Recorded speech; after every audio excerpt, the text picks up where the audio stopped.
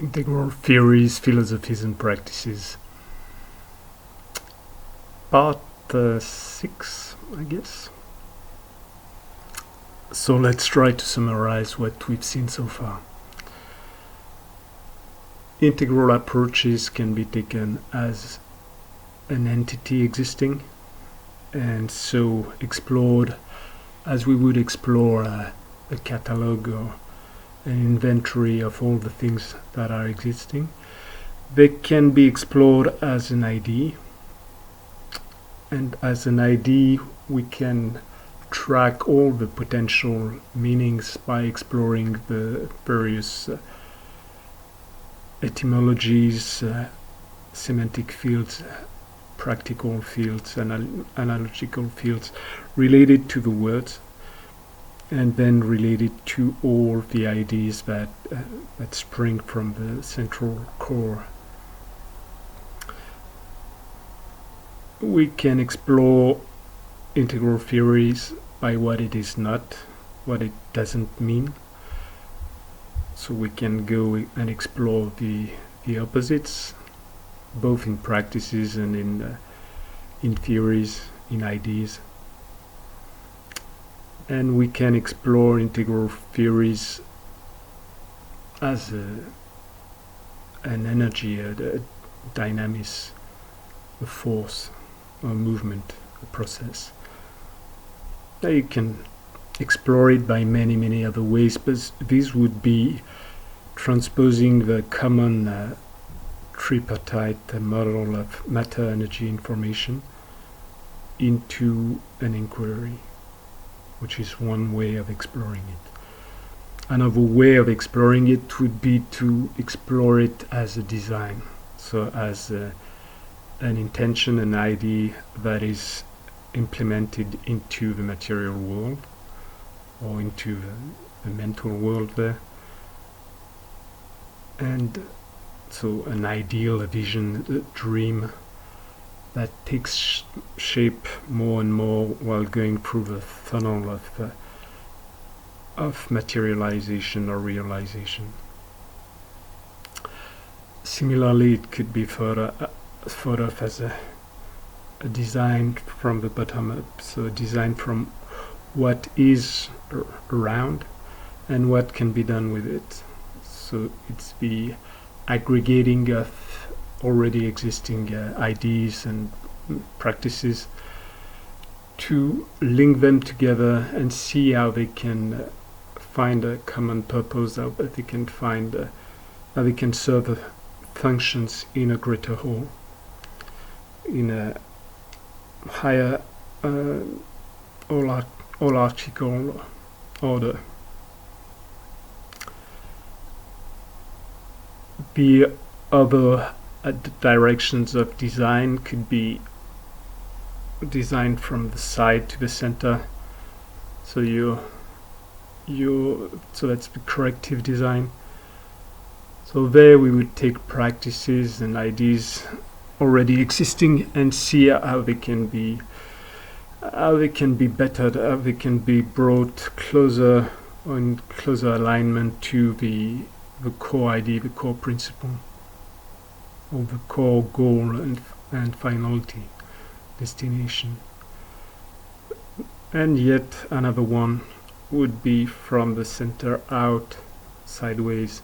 So that would be the adaptive design, adaptive design, where something is changed from its original definition to fit new conditions, new goals, expansion in growth, in size, in complexity, whatever.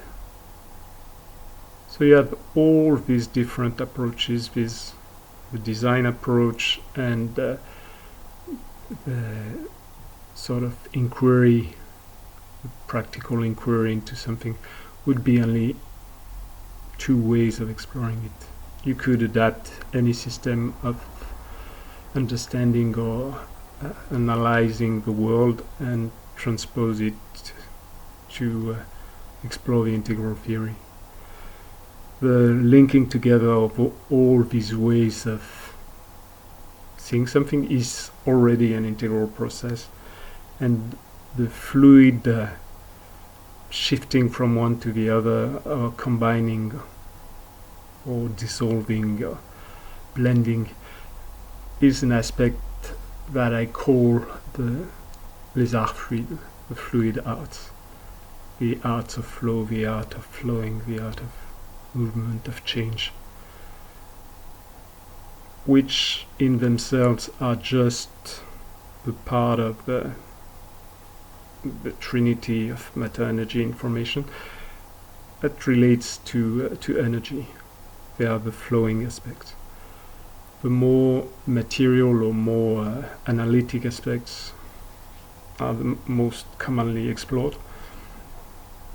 So in this way, you would have one integral theory, for instance, with definite components, definite clear history, and it wouldn't be approached as a vector force or as an impetus, dynamis, an energy of its own.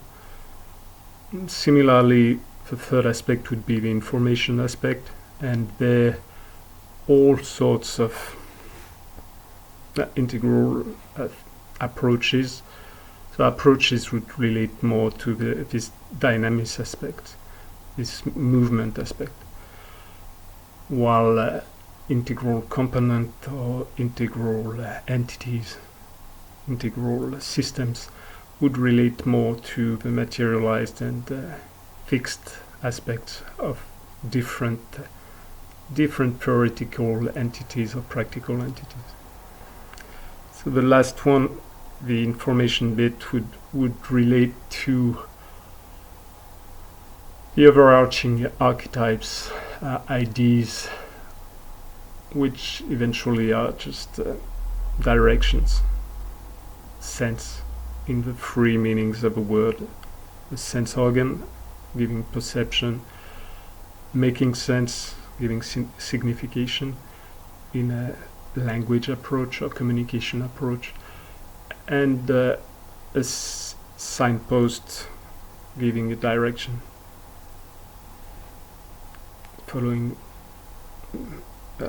sense. This is more used in French, but doesn't really matter for now. So these three aspects of the integral theory, the blocks it creates, or the blocks, the units that are the movements or the flows, the circulations, the dissipative structures that are created, recreated, emptied, that are changing and doing things, and the main ideas, the archetypes, or the directions, the regulation functions, rules that are guiding, leading, directing, or orienting something, can all be explored. So we saw, to get started with the analytical approach of the ID, we saw that integral theory, integral philosophies, integral approaches have in common this word, integral. We find the word closed word, like very closed ideas in practices like integrative medicines, holistic, and all these, when we explore the meaning of the words, relate to the original roots of the word in the Latin, with the intego, integrare, so tago, tagere being the word meaning to touch, or tango, tangere, and in being the negative. So there's this entire idea that's explore of something that is not touched, not changed. And there we can see from the root and from the various meanings of Latin words, for instance, integralis or integer, the name deriving from these verbs, we get a couple of ideas about entirety. So the integral striving would be to include everything. Integrity. So one integrality is related to integrity, and integrity is this idea of health, which links to holos, to an idea of wholeness, of completeness. So in this aspect we have the integral striving as an attempt to bring all different units into a bigger system, a bigger unit including all. We have the idea of the integral as a recovery of the various pieces of an original unity that's been broken, damaged, split apart, divided. And each of these ideas, the idea of the damage, the idea of the division or specialization, the branching out, being reclaimed by the unity, each of these ideas could be explored differently and bring us to different aspects or approaches of integral theories. Then we have this idea of untouched, unbribed, so you can touch money, you can touch, you can be tampered with, you can be altered. So there's this idea of getting back to the original design, for instance. And all these explorations, you can have many more that I explored a bit prior in other videos, they can be linked to the opposite ideas. So the idea of integral or integrality, as we saw, takes most of its meaning from the existence of the exact opposite. So if you have partiality, you create the striving or the idea of integrality. If you have a strong division, you get to the idea of bringing things together. Another aspect that I forgot to mention about this integral idea is in some of the practical fields where the word could be used, you have this idea of integration. And integration in the social field, for instance, would not only mean that you're bringing things in a set, but you're making them work together. So you go from a set to a system. You find what things are doing, can do, want to do, and you find ways, or you open up ways that they can click together, they can work together, they can organize together. So there's this other aspect of integrality or integrative, which is different from the simple inclusion, for instance. So if we take the antonyms and all the opposite ideas to integrality, we get to partiality, we get to damage, division, we get to the inability of things working together, which we could call whatever, words do not spring to mind right now, but you get the drift.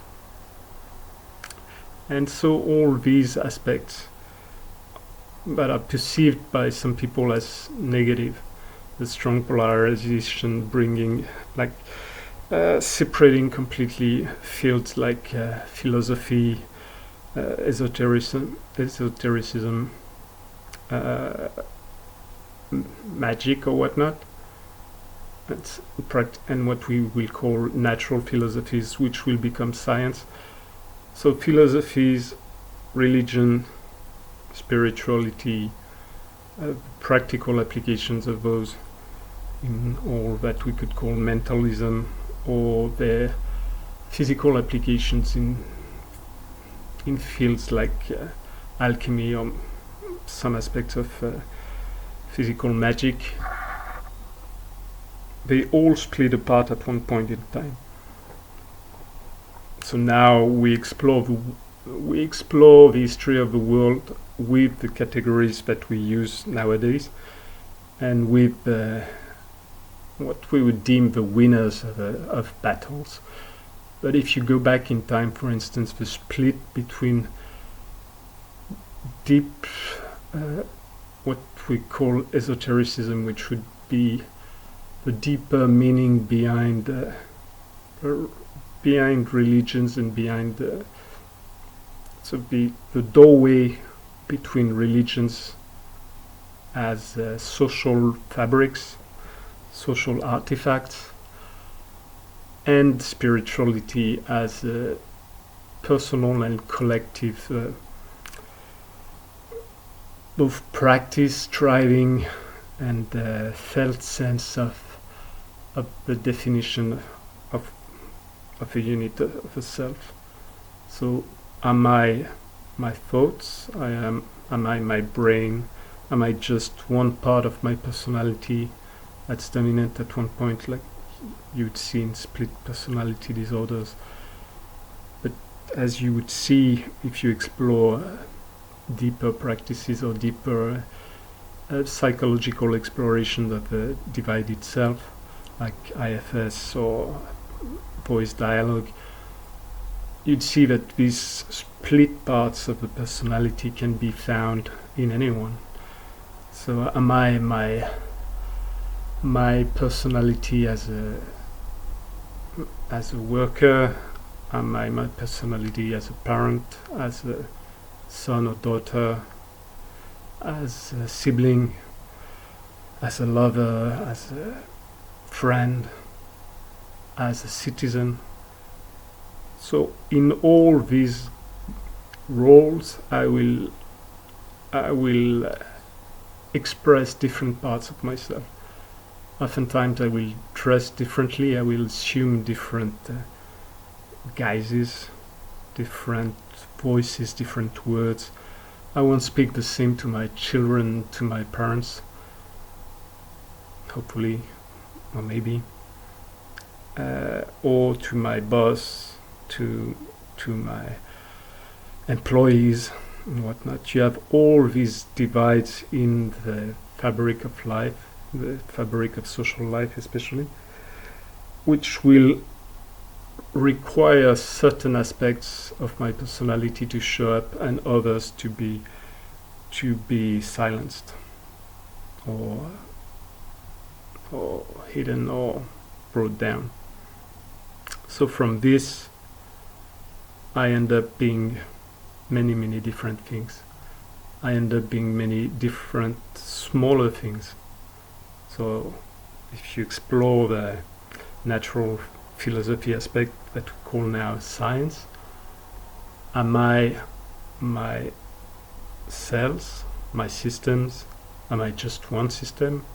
Is the I identify with the central nervous system or the whole nervous system, so the system that's managing information?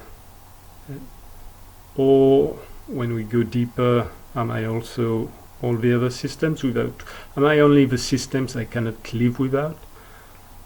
So am I my heart, because if my heart goes, I'm done? My lungs, because if both lungs go, I'm done too. But then am I not my fingers, because maybe I can survive the loss of a finger? Am I not my toes? Am I not my hair, my skin? I survived the loss of my hair. What am I? So in this aspect, for instance, the striving to define the I, am I my gut bacteria, the entire microbiome or microbiota that is now nearly the majority of me in some researches? If I include my mitochondria as endosymbiotic externalities, then obviously I'd be mostly this. If I include viruses, in number I'm more viruses than human, for sure. Are these definitions of any meaning to the question, what am I? And when I see that due to the analytical process and viewpoint that's taken as a norm in a given society, I would consider myself as the unit, and I would look for the building blocks. And I would look for the smaller, or eventually the smallest building block that I could find to provide meaning for the rest. So I would, following the history of modern science, I would not be satisfied with the definitions of my emotions as being something real, although I do experience it at the scale of my entire being, at the scale in size and at the levels, if I include the physical, energetic and emotional and mental level. My emotions are something real, or something that's made real. So even if it's not the same language, you'll find the same ideas of something pushing, something creating movement, pushing to action or to inaction in some aspects. So this is the etymological meaning of emotions, and I would find the same in a particle driven by attraction, or repulsion, or in a social group. So now the ideas of my culture will make some ways of defining myself seem natural, obvious. I am made of things, but then they will make other aspects look weird. For instance, I cannot exist without a bubble of air around me that feeds me, which has a lot of ionic and electrical energetic exchanges with my physical skin, for instance. So you'd have magnetic reactions, you'd have electric polarizations, you'd have ionization, and so on. You'd have chemical reactions, oxidation, whatnot. So am I not this bubble also? And including in this bubble the entire column of air that will bring all this bubble inside, and including not only inside the lungs, but inside all parts of my body that are not made specifically impermeable to these gases. Am I not this? Although if I look at me as an individual, something that cannot be divided, I cannot retract this without disappearing nearly right away. And since this bubble is fed by still a bigger bubble, so renewed as a flow, as a constant circulation and flux of things, then am I not this bigger flow that I bring to me to create myself? And this bigger flow would include not only the air, but obviously the food I need to recreate myself by using basically living parts made out of mineral parts. So am I not these mineral parts? Hence, am I not the source of mineral parts? Am I not the earth? And so on and so on. Am I not the energy that allows for my body to exist at these given conditions, for my bubble of water, of crystallized water to maintain itself in the air? So am I not the water of the primal oceans with all the nutrient solutions inside? Am I not the sun that allows for the entire game to exist? Without the rays that I receive without light, without heat, if I cannot make even a smaller copy of it, in the same way that if I cannot make a copy of my material environment, of my air bubble and whatnot, if I'm in space, I disappear. So am I not these bigger versions of myself? Am I not my social, different layers or different scales of my social milieu, my social environment? Am I not the product of my family history, of the lineage, genetic lines, epigenetic lines, product of my history, and so on and so forth? So am I not just a cell of societies that try to self-replicate by using stem cells and providing them with definite functions for the social body? Then am I not part of my ecosystem or larger biomes? Am I not part of a species or population, then part of a planet, then this planet being part of a solar system? If any of the bigger scale disappears, I disappear right away. I cannot be divided from them without changing completely or dying. So you could say that you can send man to the moon, and you could prove thus that that man is not just a cell of the Earth system. But to send man to the moon, you have two choices. One is you create a replica, create a fake of most of Earth's conditions that are directly necessary for life in the short term. And so you create a smaller Earth, or you change humans in ways that are so deep that you cannot call them humans anymore. You change pretty much all the conditions that make a human physically, but when you do it physically, it will express in all the other levels.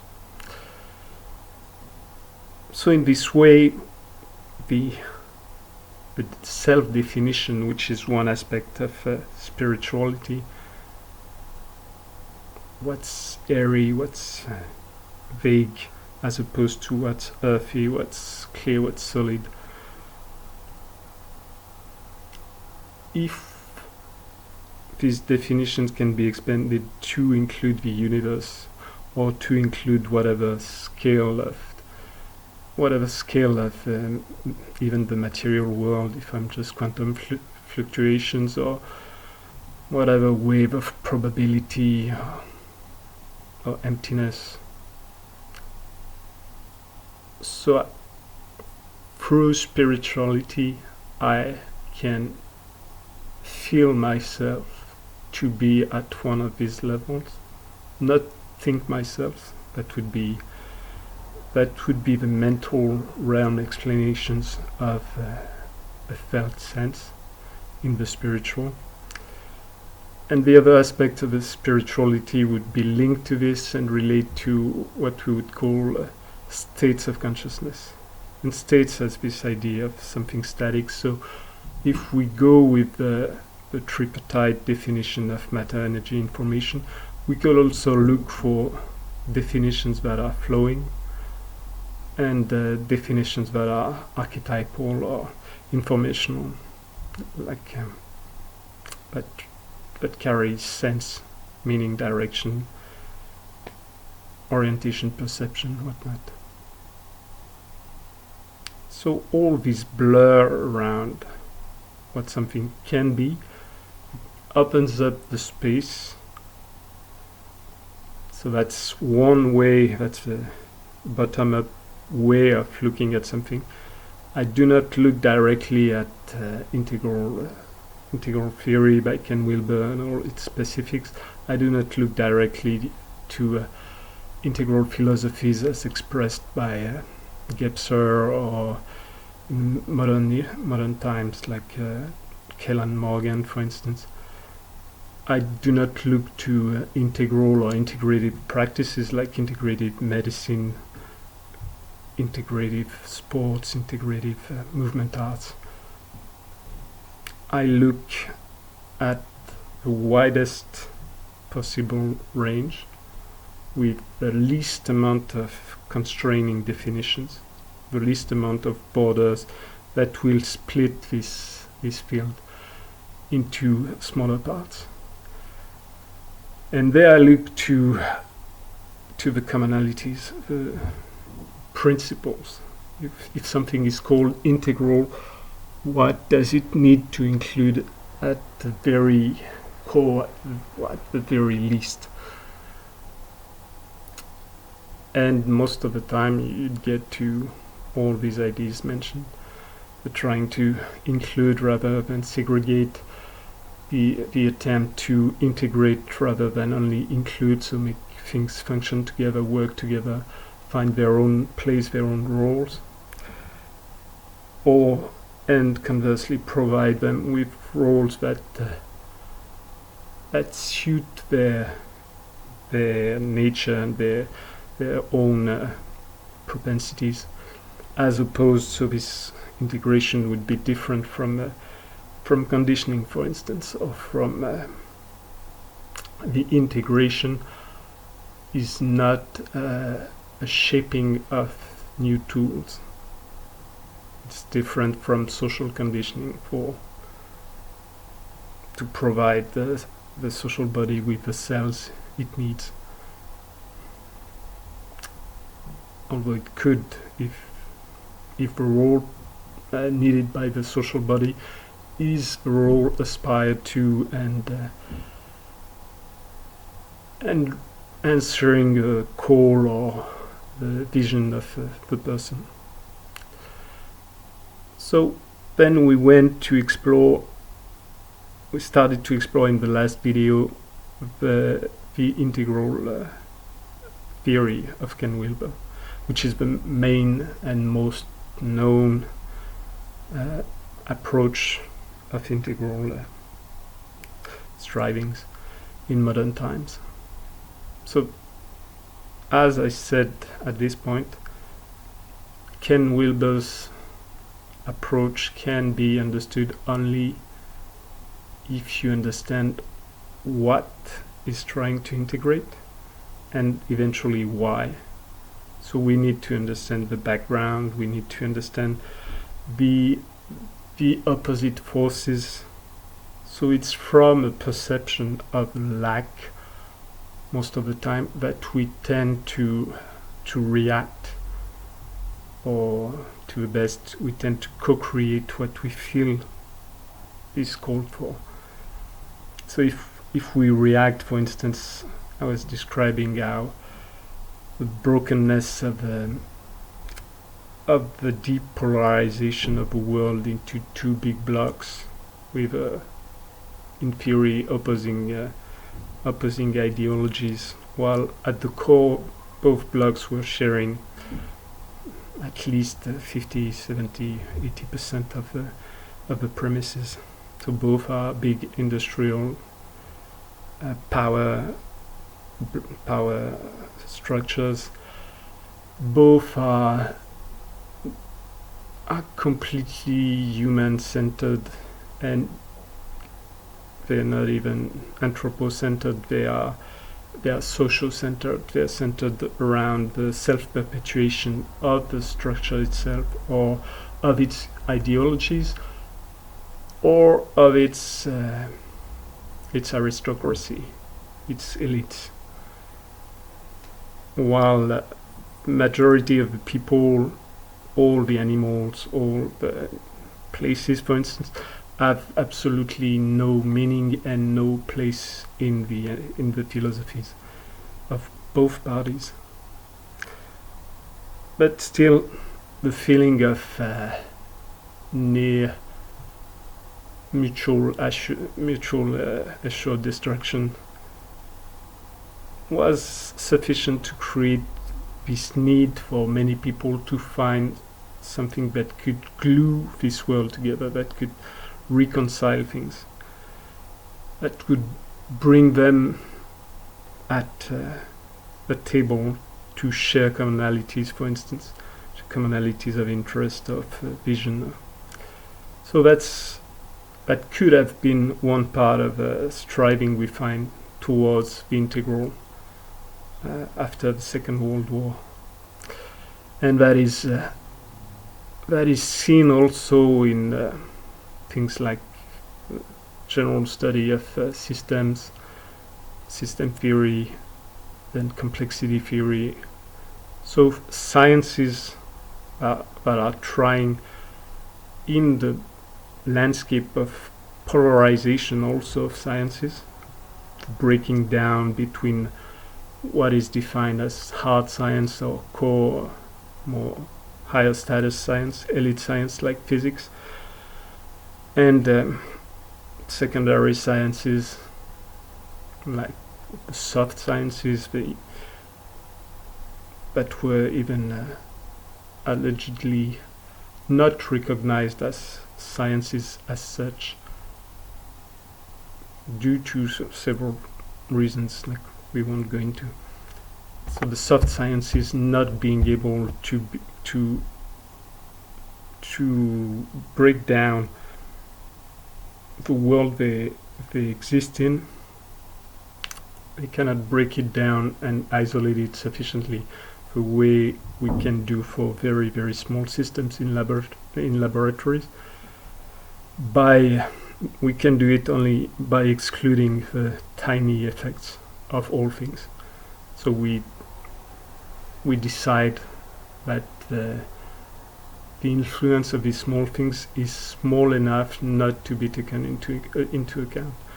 This decision is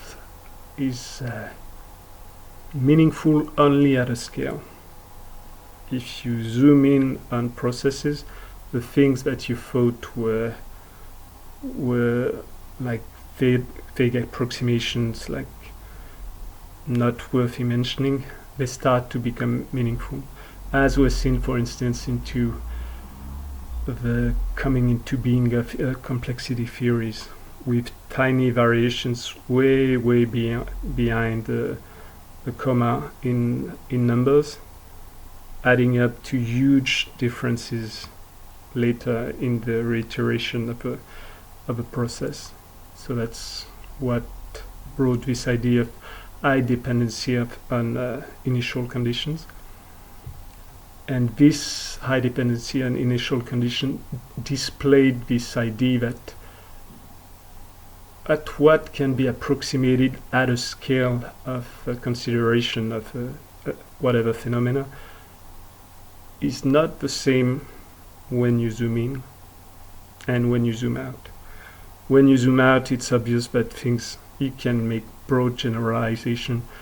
These broad generalizations are attacked, but when you look at someone, you're not looking at the atoms of someone. You're not dealing with the chemistry of someone. You're not dealing with all the elements, the atoms, molecules. You're not even dealing with the biology of someone. You're dealing with the humanness, the self-similarity. So that's the scale you perceive. If you have no tools to perceive beyond this scale, you're not dealing with a person or an object or a being as a tiny particle of the universe, completely defined by all the bigger fields. You're dealing at the scale you exist in, at the scale of space, the scale of time, the scale of consciousness. And since you're always doing it, even though your mind, your mental projections can zoom in and out by training data and get the impression of the overarching, it is still completely confined into the language, the categories of ideas that are present in the culture. So that would be for the analytic aspect, and it would be confined by the perceptions, the sensorial apparatus, or the consciousness expansion in other realms. So this striving towards integrality made sense at the time also in the realm of science, because science as a common endeavor was splitting apart by other specializing, and many people were first feeling that it was not so much a mistake, in the same way that zooming in on something is not a mistake. But if you keep zooming and you cannot reaccommodate and change your perception to go to peripheral or to distributed perception, then you develop myopia, and you start to perceive things only in the limited specialized set of parameters that you've made your norm. So striving for integral could be a striving for peace. You have, after the Second World War, the display of what the modern power of universalistic rational worldview can bring to the world if it's fed to older ways of seeing the world, or if it's only used by itself, it would suffice.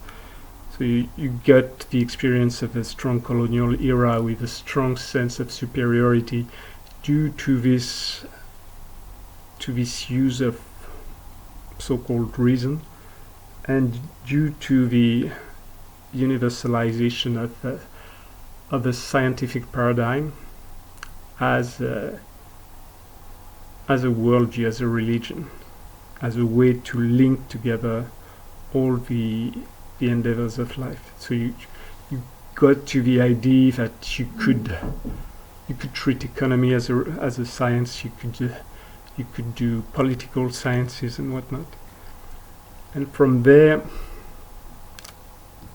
you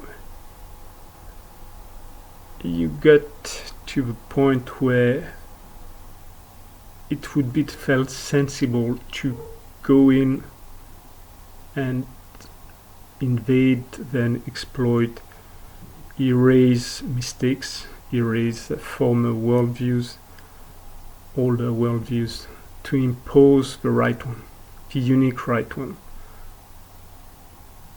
And by doing so, you would not only promote reason and fight its archetypal enemy, which would be superstition, mythic thinking, magic thinking, but you would also promote a peace in the idea of some of the proponents of these policies. Obviously, these policies were not pushed only by well-wishers, but also by very practical and more predatory mindsets. You'd extend your power, you'd extend your abilities to compete against your enemies, your equals, into the small court of the European kingdoms and republics coming, and nation states coming to like being birthed into the course of the 19th century, late 18th and 19th century. So you will also have this idea of the impetus to propagate freedom from the French Revolution, the age of reason and whatnot. And a lot of these impetus are in some ways very meaningful, in the same way as the impetus to spread Christianity in some aspects was meaningful. Being meaningful does not mean that it was right or wrong. Like It's the same as can I deem the spread of granaries of literacy right or wrong. So seen from the point of view of civilization, so the expansion of the cities and all that goes with it, centralization of population, energy, information, resources, power, then obviously since I need this to get to the point where I'm at, then I would deem the spreading of literacy a good thing. If I am taking a completely different point of view, the spreading of literacy, the spreading of gunpowder, things like this would be deemed a massive catastrophe. In much the same way as the spreading of nuclear power could be lived very differently if someone is fed by products of a nuclear plant, like powered by a nuclear plant, and someone who's been exposed to nuclear bombs or nuclear catastrophe, nuclear radiations, and so on. So when we get to the integral, we can explore it by reapplying to it its own devices, its own tools. So what I was doing right now was reapplying the narrative levels to integral approaches or integral theories. And you can find integral strivings that would be archaic, undifferentiated. So in the archaic, basically it would mean nothing. So there's no differentiation, no sufficient differentiation to make sense of the idea of reuniting everything. There's no felt separation yet. So in Gebser's model, if we get to the magical, and you could get a striving to reunite the various forces or individual components of the world into a bigger one, to make it stronger. So it could be trying to make a tribe stronger, trying to make a species stronger, place, whatnot. And to do so, you would need, facing the broad diversity of beings and ideas and spirits, you would need ways to concentrate them. So this striving could be one of the first integral striving, or it could also be a striving for the archaic.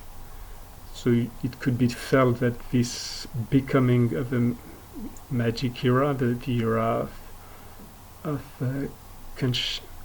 consciousness arising, consciousness as a separated entity. You could see it at the level of children, for instance, where you could sometimes feel the urge or the desire to get back to the womb, get back to the origin, get back to non-being, to remove suffering, essentially. So you have both directions. You can, from something we'd call the magical realm, for instance, you could want to go towards bigger organization, bigger centralization, bigger differentiation of matter, energy, information, whatnot, or less, trying to get back to a unity, trying to get back to emptiness, vacuity. Prior to that, if you went to a place where you feel that every being is an entity of itself, if it's not only that you think, you feel, and you perceive it, and you know. And when you have this feeling, you're always caught into a net of interrelationships. If you're not in a good condition in this net at a point, you may wish for a new configuration, and you may wish for less players, for instance. You may wish for less complexity, and you try to centralize also, but trying to instead of increasing, you try to retract until you get to something that can be more manageable. If you have to deal with two opposite spirits, it may be, or three to balance, it may be easier than having to deal with 10,000s with different when I say spirits, I just mean anima, whatever intent. So whatever be your point of view, be it spiritualist or materialistic, it would be the same idea. If you have to deal with 10,000 materials, or if you have only individual units of material, you need to learn the ways of each one. It would be very difficult. So you try to simplify. You try to create bigger units to bring a bunch of individual things under a common flags. So that would be all the massive scheme of classification, which allows for the treatment of things that are different by the same tools, by the same ways, by identifying the commonalities they share and the order of integration into this scheme of classification. So this, in many ways, this aspect which is deeply intertwined into the materialistic and reductionistic point of view, is also an integral striving.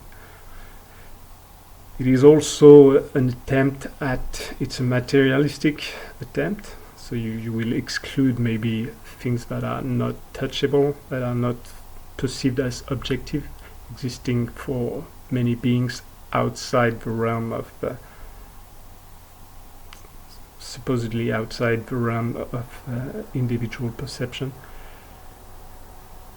But it will still try to bring together all the different components, like material components, and order them.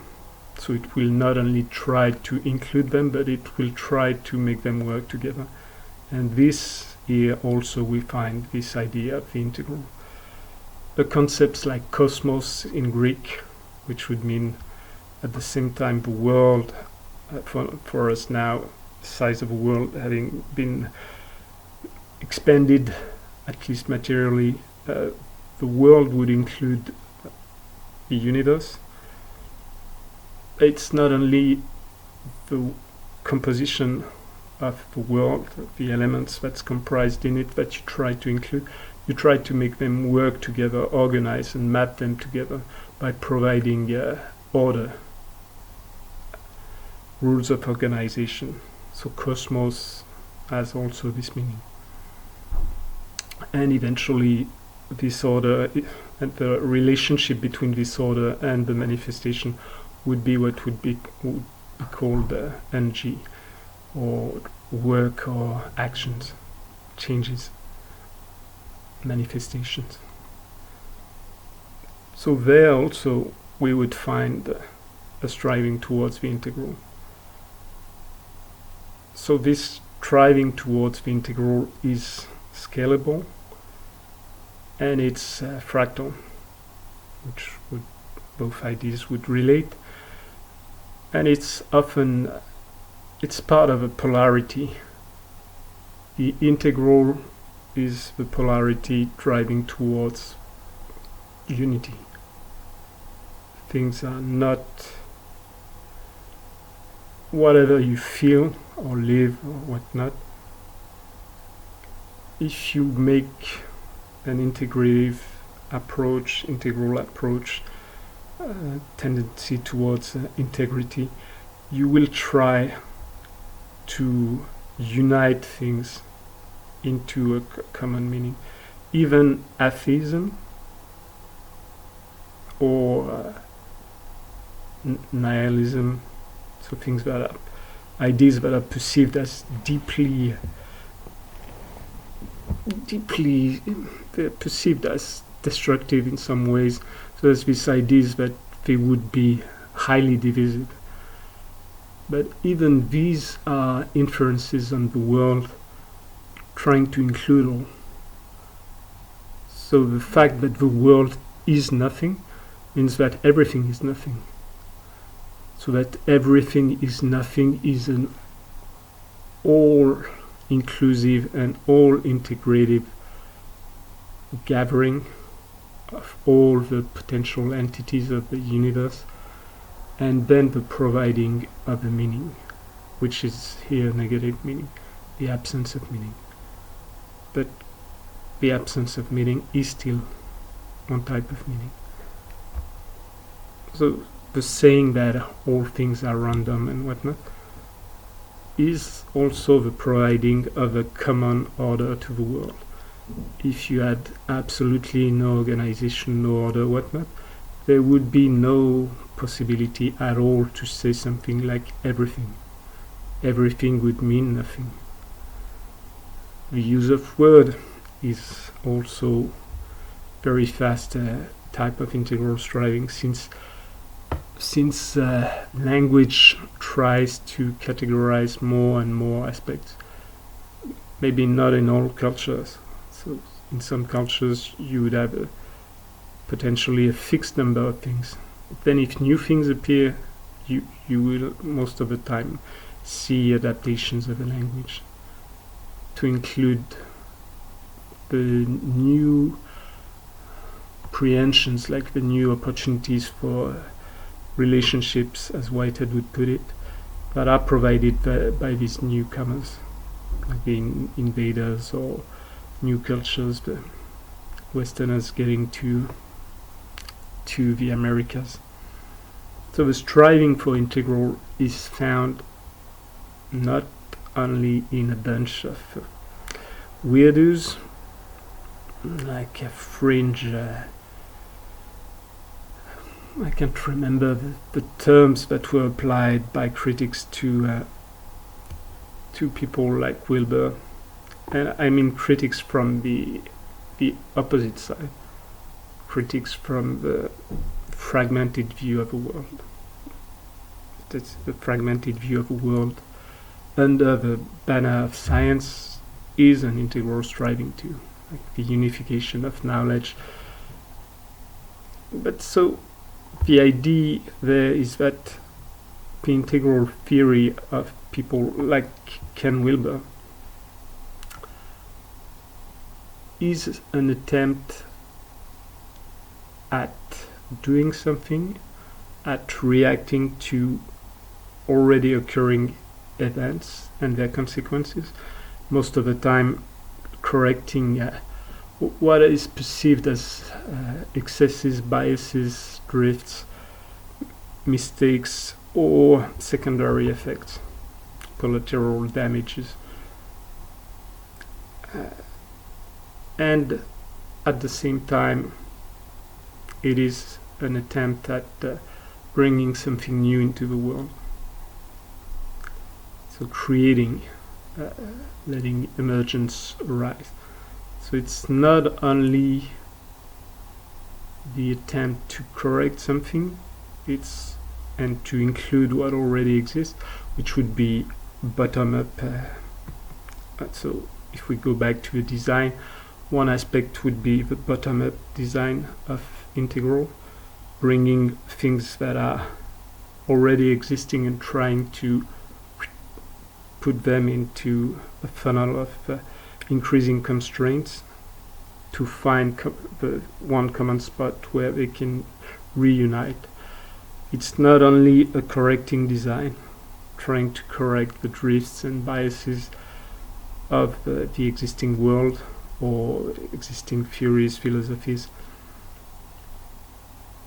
It's also an adaptive design. So you're trying to take things that existed or exist in a way and make them suitable for the new world that's coming. That's either coming in the distance or that is coming now. Institutions having, and ideas having much more. Ideas are eventually fast changing, but the change of ideas at the scale of institutions or populations is much, much longer. So there's this strong inertia. So if you perceive from the now, you perceive what's happening now, and you see that the ways of doing, ways of thinking, ways of feeling that are used to deal with it are not suitable, you may try to push them into another direction, to adapt them, to make them suitable for these new conditions. Similarly, you may have an ability of either prevision, prediction. So this could mean many things. One of the simplest one is you're doing tracking in front. You're not tracking back in time. You're not looking to only what's around. You're looking for tracks of potential futures. So what's meant by that? The simplest aspect is you have followed your tracks and you've established the pathway. And then you can just infer the idea that it will keep going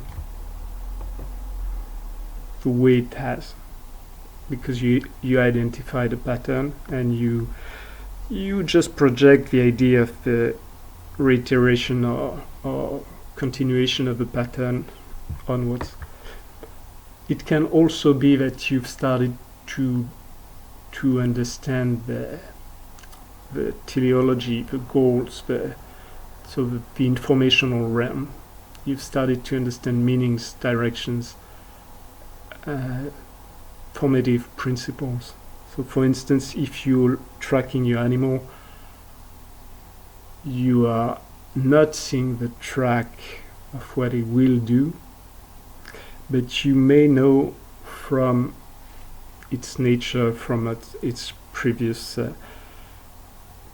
observations of its behavior, you may know its needs, for instance, and you may know the temporality of its needs, you may know some of its relationships. So you may know that it's likely to go towards a waterhole, for instance, or a feeding ground, or a hiding ground, or a breeding ground, or whatever type of den or haven, or feeding its children. You have many ways to reapply the memory of the past to the future and project either a straight continuation or project directions based on previous knowledge. And you also have ways of feeling your future, or even feeling through empathy, through the commonalities you share with a being. You have ways of being it, and they are obviously limited by the amount of commonalities and the amount of breaks that you bring to yourself, but they're still very, very common by the commonalities you share with your spouse or your dog or whatnot. Sometimes you feel without prior analysis. You feel what it will do next. You feel what it will say next. It can be based on these repetition patterns that we mentioned, on the knowledge of its goals, behaviors, common behaviors. But it can also sometimes be based on the simple resonance of two systems that are linked together for a long time. You start to entrain each other. So some of the changes in the other will be felt directly. Even with some time lapse, time difference. This can be read in many different levels of understanding too, from the strictly materialist to spiritualist and whatnot, idealist, and in between through processual philosophies or ideas or sciences, dynamics, whatnot. So get back to Wilber. What's the guy trying to do when he starts his work in his 20s with the spectrum of consciousness, if I remember right? So you had these geopolitical, then cultural aspects. You have like the Cold War, you have the civil rights movements, all calls for more freedom. You have the aftermath of the Second World War, call for peace, the call for basically upholding the engagements and contracts that were made during the war with former colonies, for instance, for countries like France and the old colonial empires. You have a massive change in the technological texture of the time. So you have consumerism growing, you have a shift towards mechanized and highly artificialized agriculture, using chemicals, using pesticides, whatnot. You have so many things that have changed very deeply, and you have the erasure of a part of the conservative aspects, because the broad part of the past is dead. So many adults are dead in the war, and obviously many young people are dead too. Many children died. It's not the Three Musketeers. The war is not confined. Coming out of this, you get a heap of crises. You get the crisis of the rationalistic absolutist era starting, and first they apply to so this rationalistic era, as mentioned, is a layer, is a stratum on top of other layers, but existing in individuals and whatnot in different forms since whenever. But it's risen into prominence after the Enlightenment, the French Revolution, and things like this, and the erosion of the power of the church, of aristocracy, of the kings in many countries, and the increase in the idea that individual people and the collective can access directly the deep meanings of the world through science, which basically at first is direct observation, objective, striving for objectivity, ways of segmenting and isolating what's observed, of transmitting it to an open source community where it can be repeated, shared, contrasted with other experiences or added up to other experiences. And you have all this disappearance of meaning that's linked to the first or second, if we include the First World War, massive failure of the storyline of modernity. So the storyline of progress through science, through reason, through technology has brought the extermination camps, the nuclear bomb, the civilian bombings of cities to test for new materials. Modernity has brought its rotten fruits in some ways. Most of the people were not really aware of what modernity was, because many countries were still massively rural, and all of a sudden they get slapped in the face by the dark side of it. Then very fast, with the recovery of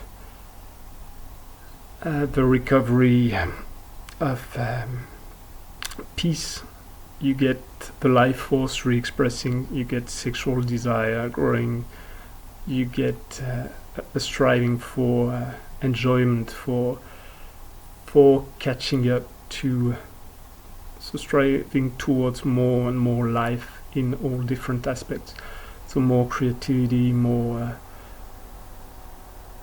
you get people who felt deeply deaf, hence they felt deeply the presence of life and how transient and how easy it is to lose it, how easy it is to lose one's feeling of freedom, for instance, although the meaning can be very diverse.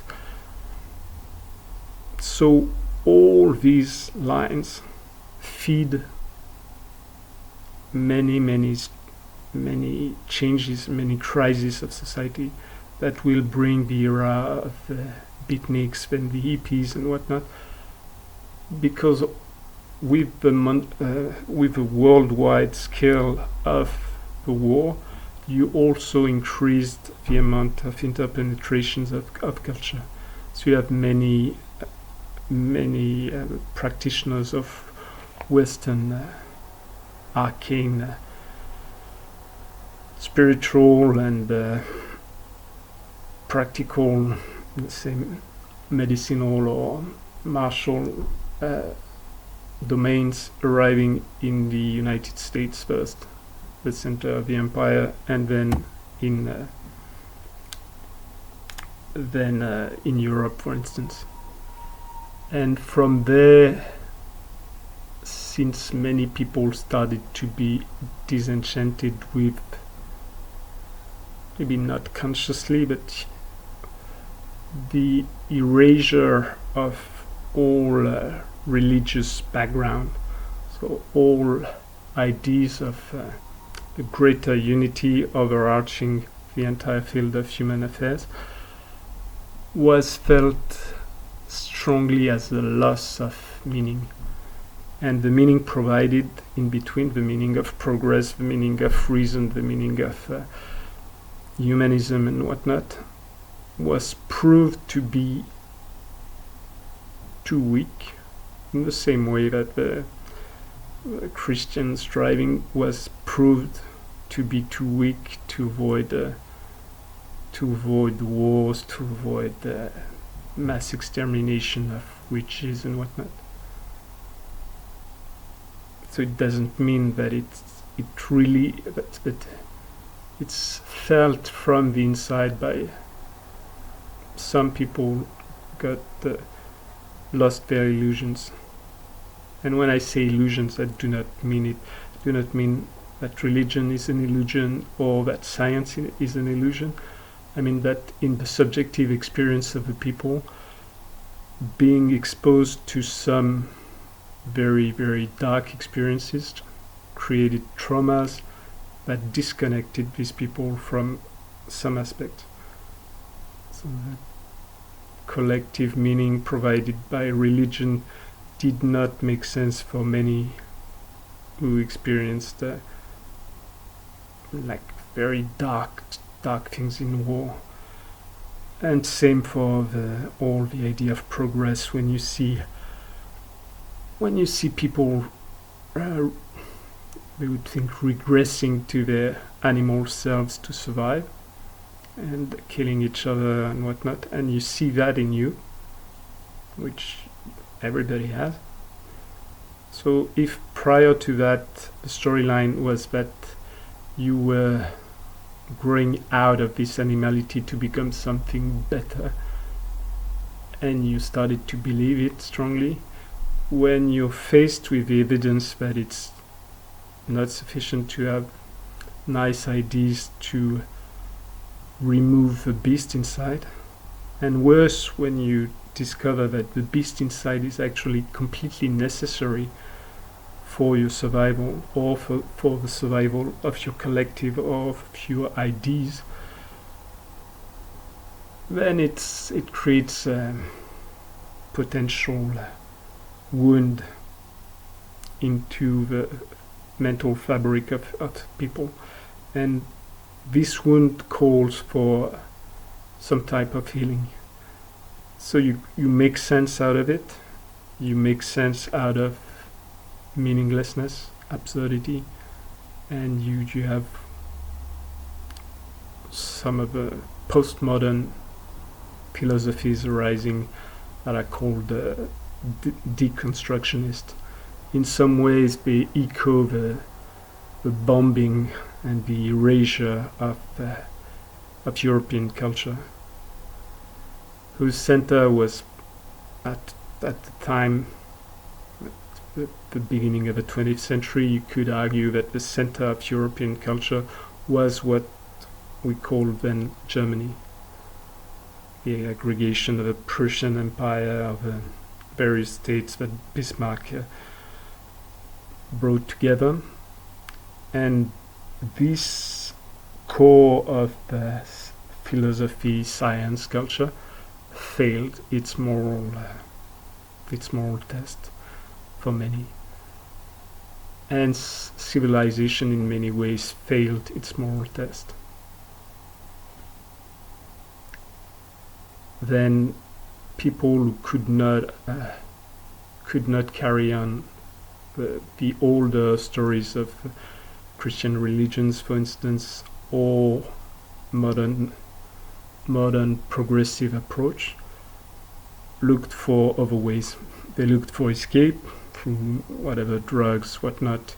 Still have to remember that a crowd of the people would be massively traumatized, and they looked for other meanings in Eastern philosophies, for instance, Eastern practices. And there you have the introduction of meditation, of Zen Buddhism, of the Chan Buddhism. You have people like Alan Watts doing a great job of popularizing, and not even popularizing in a demeaning way, but going very strong power of communication of ideas and practices. And you have many famous people getting influenced by it, and then a rippling effect, a cascade. The effect of the Beatles in the 60s is on its own is quite tremendous. And the same can be found for many others. So everybody's looking for new meaning, new sense, new type of society, and new ideals. And they break down on the walls of the existing structures.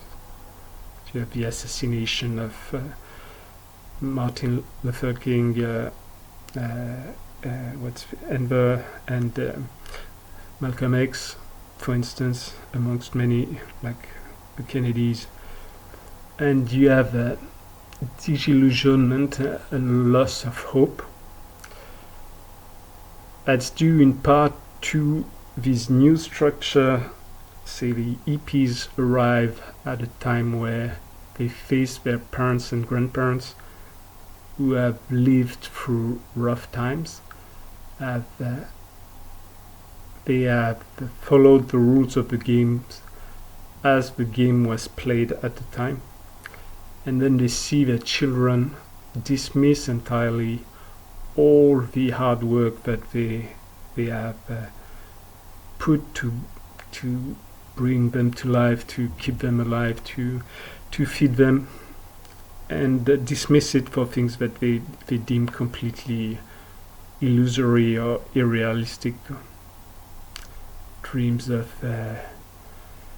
peace and love, free sex, whatnot. It went against a lot of the conservative structures, but conservative meant not in a deprecative way, but in a sort of a biological approach, where structures need memory to exist.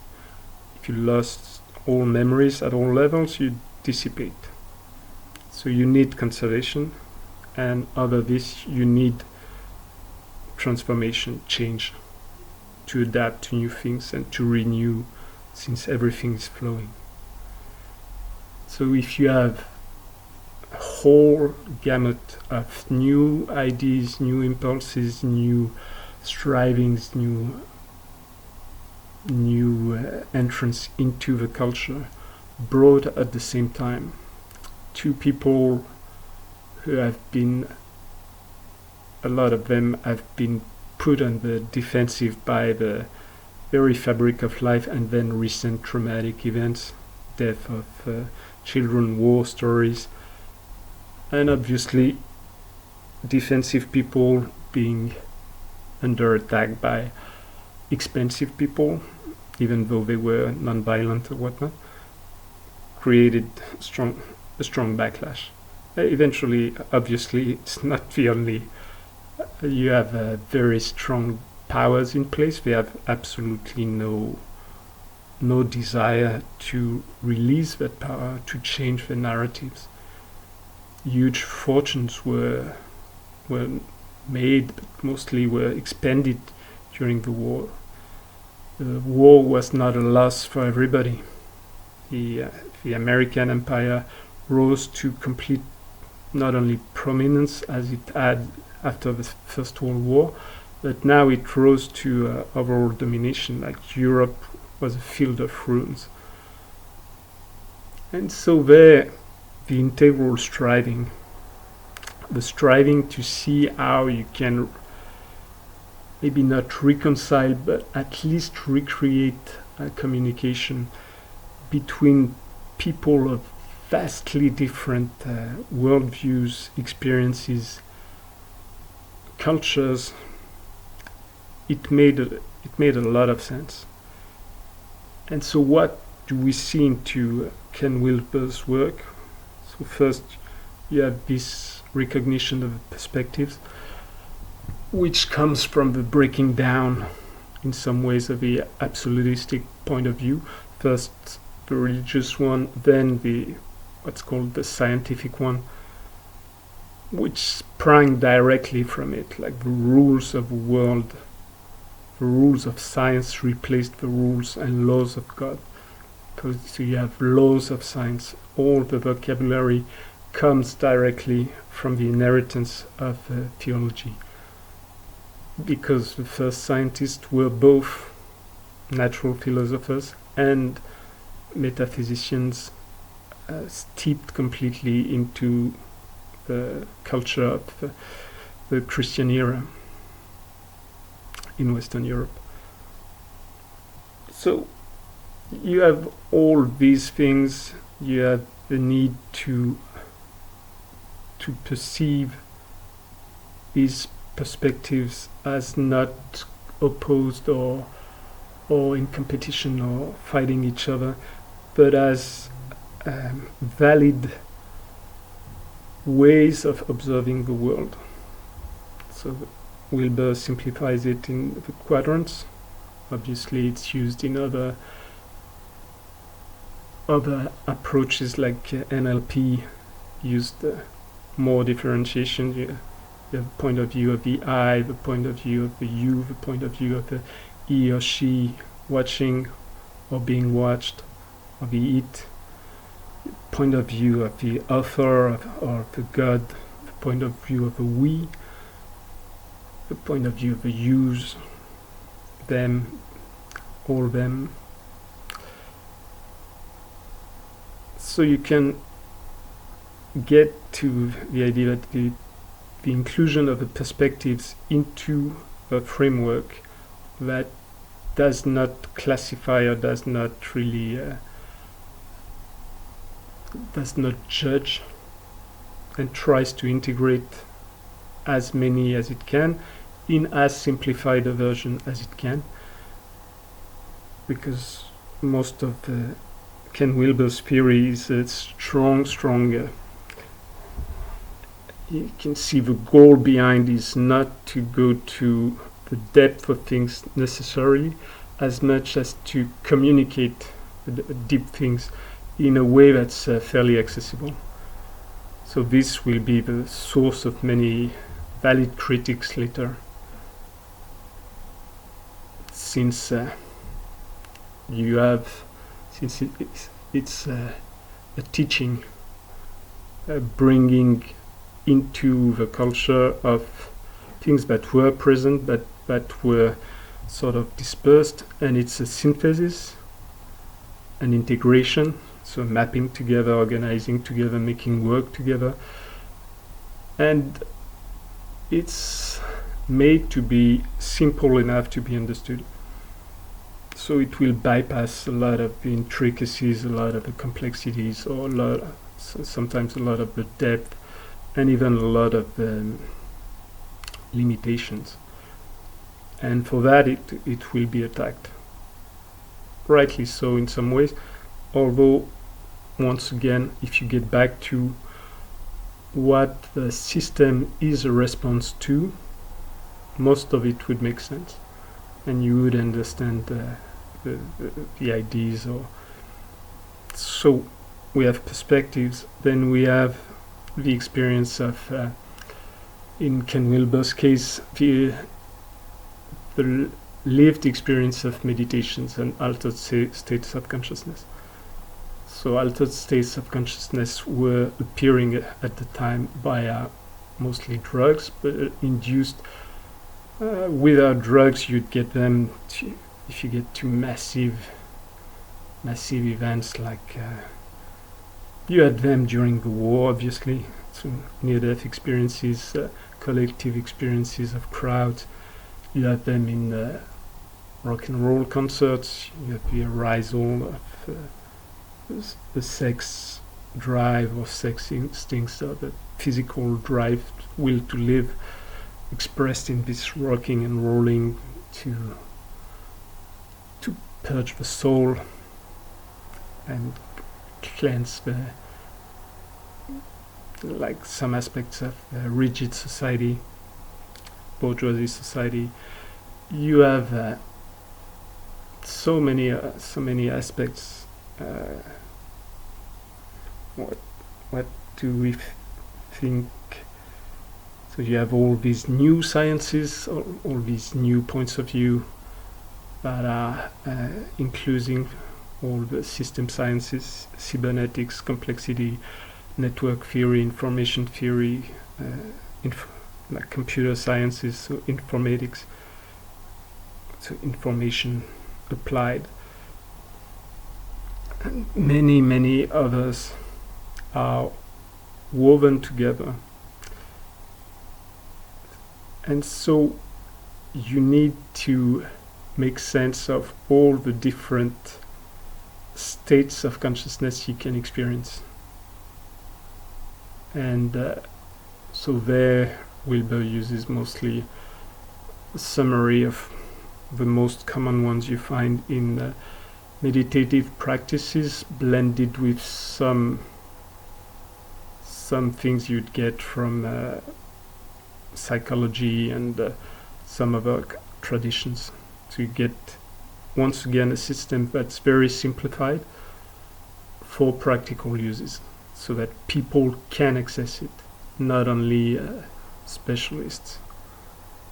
So you get the 5 basic levels. It can be, if you zoom in, you can go to more. If you zoom out, you could get to less. But you live your life every day in the state of being awake. So you live in your normal, what we could call objective world. Things are more or less well defined. You you touch things, you can move things, people can move and interact with things directly. There's no direct let's get to it later. So that's the idea. You have a common ground of experience that's shared by all beings sharing some parts of the sensorium. Then you go to sleep and you dream. And in your dreams you still have some of the shapes, the pictures. You may even have some feelings of touch, eventually in the sound, smell and whatnot, but they're much less defined and sometimes more vague. The links of causality are clearly oftentimes less clear or very different. And same for the shapes. The beingness of something can shift or warp into non-being or into otherness very fast.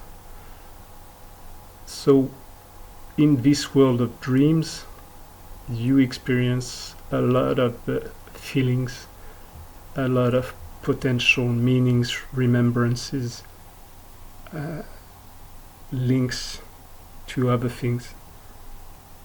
And the overall field is only directly sensed by you. For others in the material world, you're lying down with eyes closed and maybe moving or not. Maybe if you zoom in on the matter, you'd see activation of neurons or not, eye movements, whatnot. But as at the scale where other humans of the same species exist, you're doing nothing. You're non-being in the objective world, or you're doing very little, maybe moving a little. So now, while you're doing this nothing, you have these crazy experiences, or very dull experiences, or very scary experiences in nightmares. And you can always either associate them with meaning or try to make sense of them.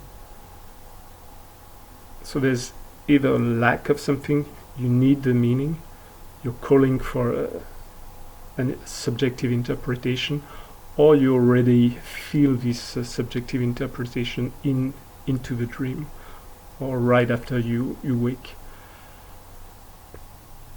up. And so this field is the state of being of the subjective. So it's called subtle, or in some other aspects it's called the internal aspect of things. All the aspect that cannot be directly touched, that is not completely shared by everybody sharing the same sensorium. So that's the subjective. That's the things that are very changing depending on the subject of the observation. The subject doing the verb of observing. So then you sleep more and you get to deep sleep. And deep sleep, there's no consciousness, but you exist. So you exist materially in the objective physical realm. You exist internally sufficiently to maintain all your bodily functions, and there is a consciousness of nothing. So you could say that you're dreaming nothing.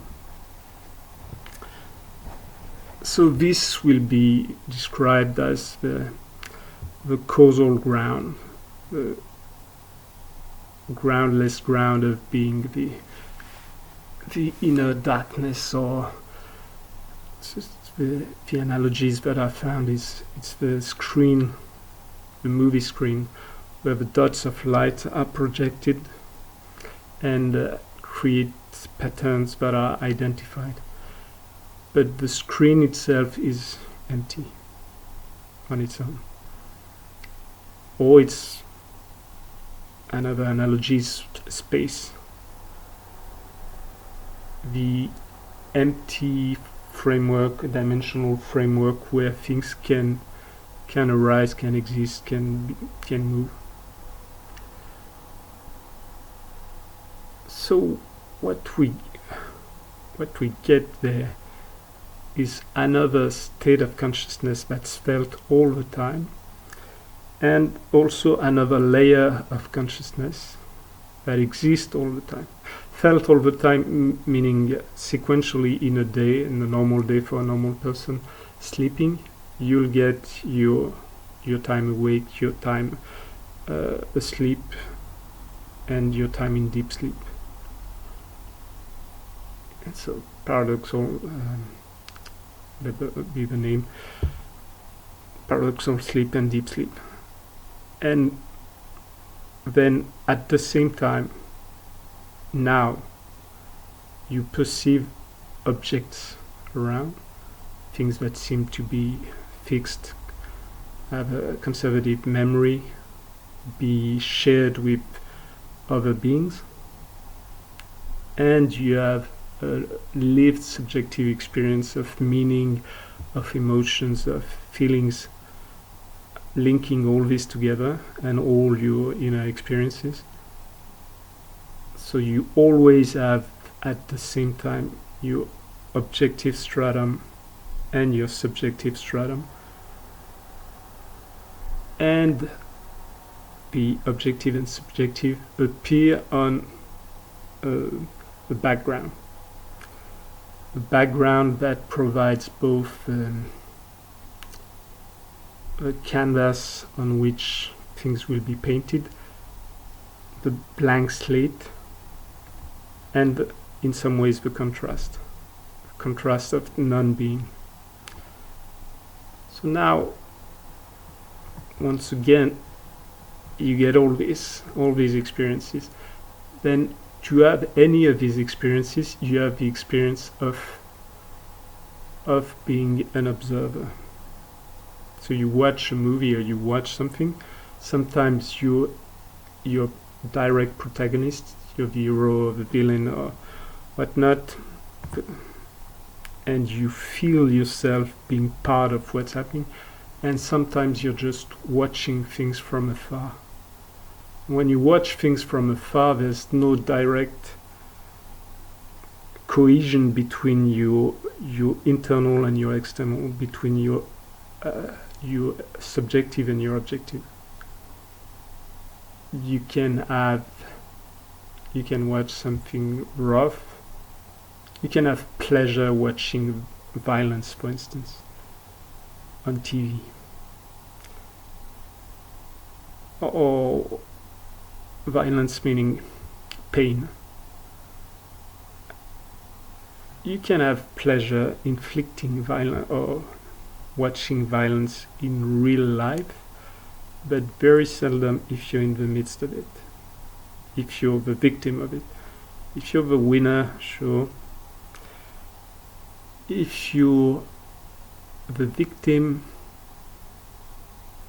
more seldom. You have many ways of adapting as a human being, so you may well develop a liking to being submitted to violence as a defensive response to these reoccurring events.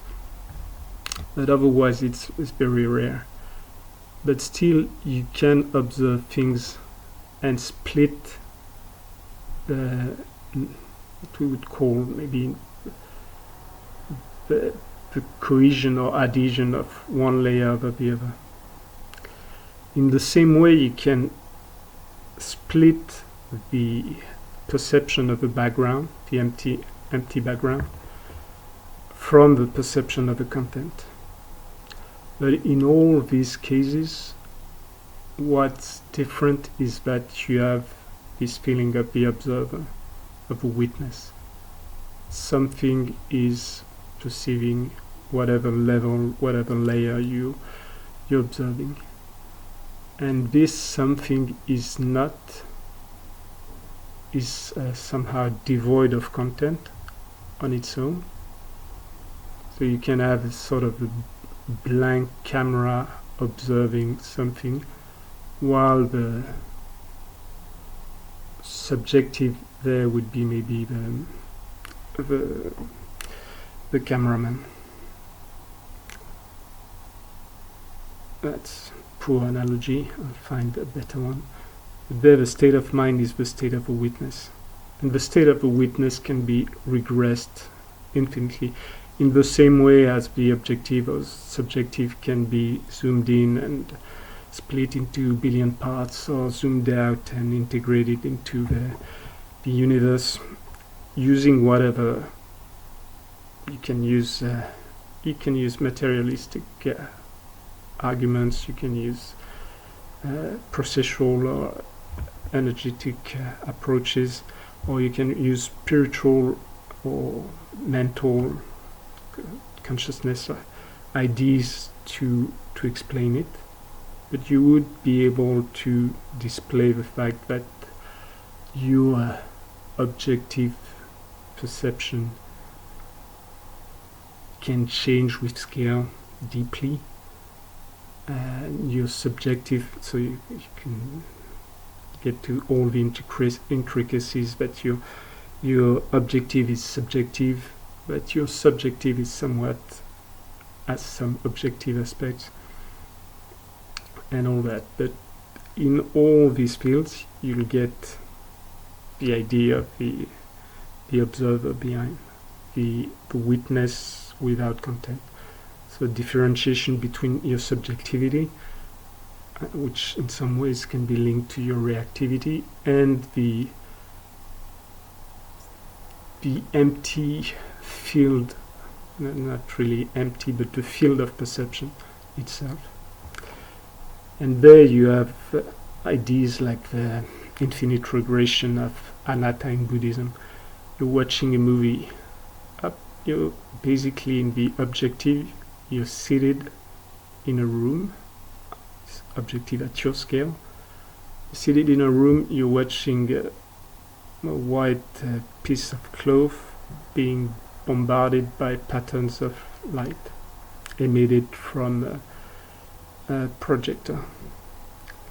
This pattern creates the semblance, the visual semblance, they rebound, create the visual semblance of beings, and shoop, off you go.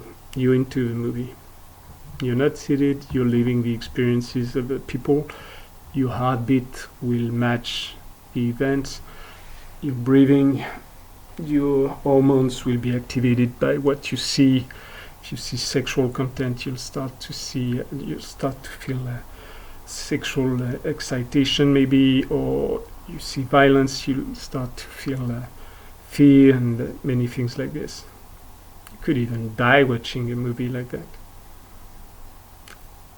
So the subjective and the objective got completely blended, and they forgot the other layers.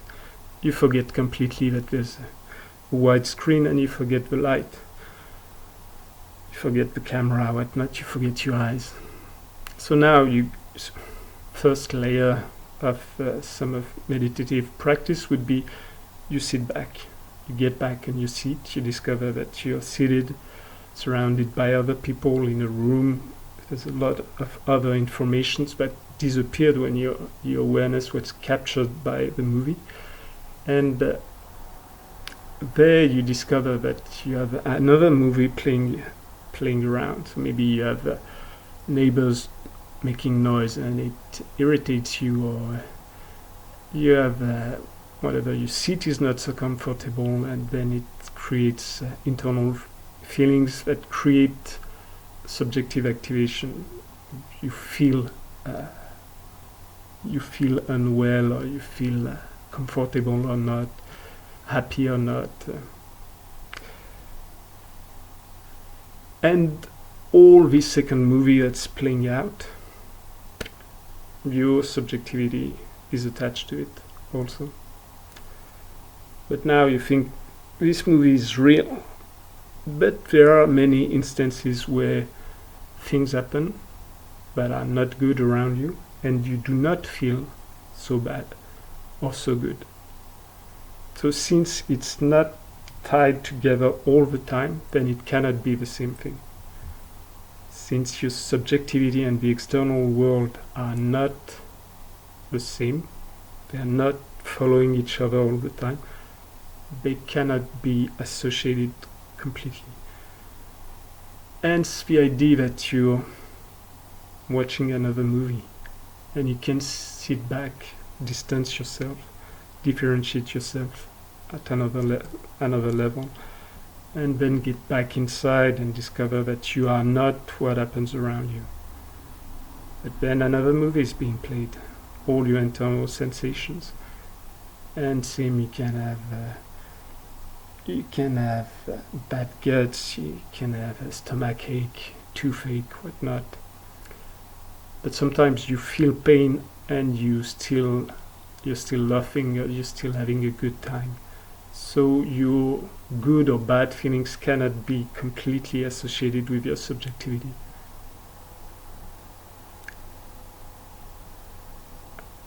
With your subjectivity, or with the screen on which it appears, or with the witness. So you can step back again. You are not your internal sensation. So maybe you are your thoughts. There again, sometimes you do not have thoughts and you still exist. So you're not your thoughts all the time. So you step back again and again and again and again. Consciousness and not thoughts. And consciousness of consciousness, consciousness of consciousness of consciousness. And this never-ending regression is the basis. So the basis for the idea of anatta in Buddhism. There's no isolated nucleus of the sense of self that can be isolated from all the rest. It's not that things do not exist, it's that they are not. You cannot isolate them. They exist because the others exist. If the others are real, they are real. Then real would be yet another rabbit hole. But so this idea of the observer can have many different layers, same as the idea of the subjective of the idea. The screen itself could be, you'd have a screen, you watch the screen, now you see the blank canvas, but you see behind the space, and behind the space you'd see a wider space, and so on. The last state of being mentioned in most of Wilber's depiction, taken from Mahamudra or taken from different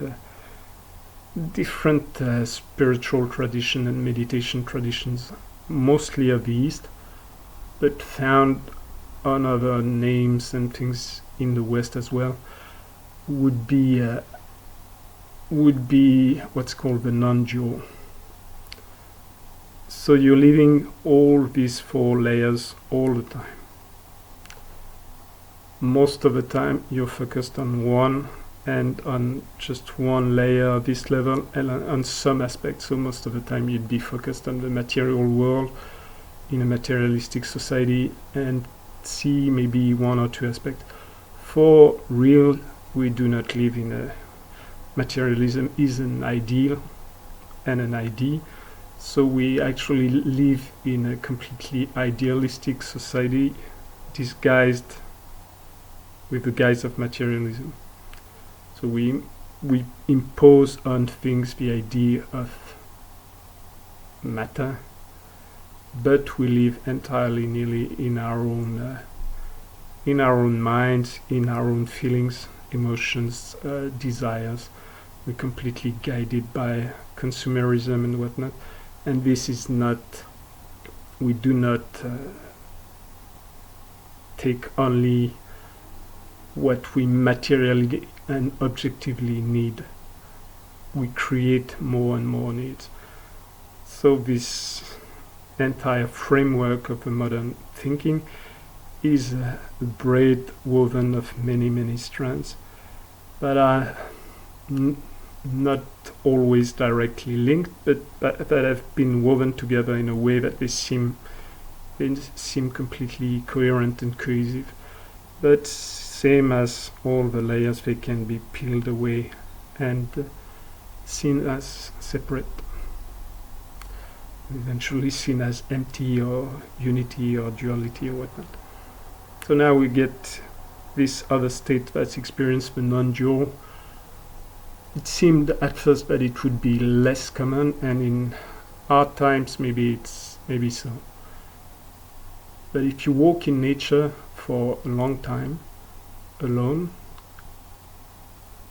you can start by having the idea that you're inside your head watching through half-closed windows, and then you can open up the windows, the doors of perception, and then you get the idea that you're inside your house, but all the doorways and apertures have been opened, and the world is coming in much more. And now, after a while, you get a feeling. So when you're with this feeling, you'd still see your nose or some features, and then of its own, after a while, you step out of the house. And now you get the feeling that you're not inside your brain or your body or whatnot. You're into the landscape. But a house behind or still exists, and any threat will bring you back indoors. Now if you live this feeling of being outside your house for a long time, maybe you drift or you go away or you go above, and sometimes there's no hallucination, it's not an altered state that's changing the nature of what you perceive. So all the states that were described so far, they did not describe the content, they described the nature of the relationship. So psychedelic experience would be a strong one layer, one strata, one type of subjective experience, then one type of level of witness, one layer or one of the scale of the witnesses. It could shift. Well, it could go to some other things. It could eventually change the feeling of the background. So you have several aspects like this, but the fact that you have taken medication, alcohol, drugs, all the same alteration by products, or that you're in an altered state of wakefulness, altered state of health that creates an altered state of consciousness. All these would not change the content of these categories, for instance. They do not refer to a content, they refer to a global aspect. So the non-dual could be found in a completely normal everyday time, when the feeling of the self as something completely separate from all the non-self, the otherness, the alterity, disappears. And it can disappear in sensorily, it can disappear sometimes in maybe orgasm, some type of sexual experiences, although pleasure would bring you back inside the same way pain would. But all these ideas of ecstasis, being out of, away from, you'd have some of that, but same the ecstasis, you may be away from your body, but you may feel a strong identification with your astral body or whatnot. So it would still not be a non-dual experience. It would be another type of subjective experience. The non-dual experience would be something where this differentiation disappears. Ken Wilber often uses the instance of the headless creature, headless man. The world is your head. It's inside your head. And the ways to access it would be the house crumbles. Front wall, back wall, roof, side walls, floor, inner divisions. They dissolve, disappear, or crumble. And your consciousness is out in the wide outdoors. It's sleeping under the stars. There's no differentiation of me, other. The awareness takes all levels, all the different strata that I described all together. So that's the non-dual. So these aspects needed to be included to bring together the various experiences of states of being that were being lived at the time through different experiences of for some people they had lived in war, in near-death experiences, in disease, like injuries, or drugs, pain-killing drugs in the war, and then psychedelic drugs, and then altered states of consciousness created by spiritual experiences or spiritual practices, or religious practices for that matter. So that's another of the field of experience that had to be reconciled, and that had to be taken as another stratum to which you could apply the perspectives. So you can have an objective view of the I, of the you, of the it, of the he, she, whatnot, of the we, of the all, of the everybody, and what. And you can have a subjective view of all those perspectives. You can have the objective view of the I, the objective view of the you, that will be different. The subjective view of the you will be different to subjective experience of the you. Normally you would get more commonalities when you get to the groundless ground of being. The screen would tend to be the same, but there also you could find some weird differentiations. The witness would be the same. The non-dual obviously would be the same. The felt experience maybe would not be the same. So it's subjective relative to all this.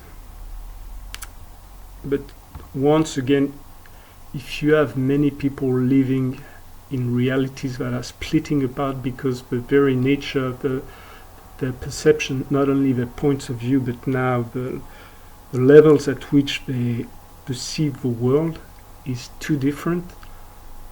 What you'd find with kids getting hooked on LSD and the parents. If you try to reconcile or bring things together, you will have to map this. You will have to make sense of it, to organize it.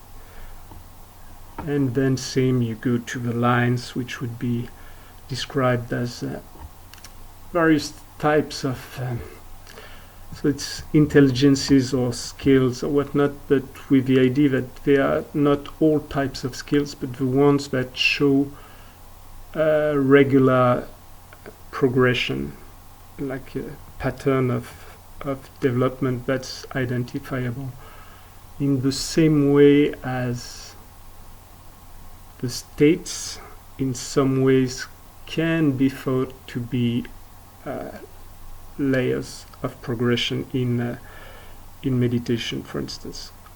Although in depth they are not same as anything else. All things are in potential.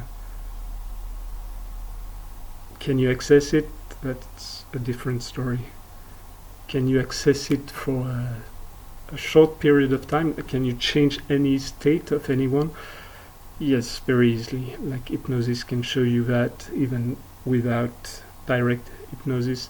Without trance, you get to voice dialogue, you get to IFS, you get to even listening to music, you change your state very easily. Can you maintain it as a level, as something that's like baseline? No, not in the same way, for several reasons. Could you maintain it as a baseline? Yes. Will you? Most likely not. Will I? Most likely not. It's due to memories and inertia and habits and programs and whatnot, that we would go to later. So the lines in Wilber's case would describe what Gardner and others would analyze as different intelligences. Although intelligences, in some ways intelligence could be used, if you take the false but useful etymology of linking together, link between, interligare, and choosing between interligare and reading in between words to get emergent content. So this tool that I use of using real and false etymologies to carry the meaning would justify maybe the use of intelligences in the aspect of so physical, kinesthetic intelligence, emotional intelligence, and whatnot. And for Wilber, you have this idea that they go through segmented developmental or sequential developmental process that's identifiable, and that goes through growth through these stages that can be mapped. So these stages we find, so you can map the lines with the perspectives and the states. You could translate the states in other ways for each also, and then you have what would be called levels, and levels would be the stages of development reached.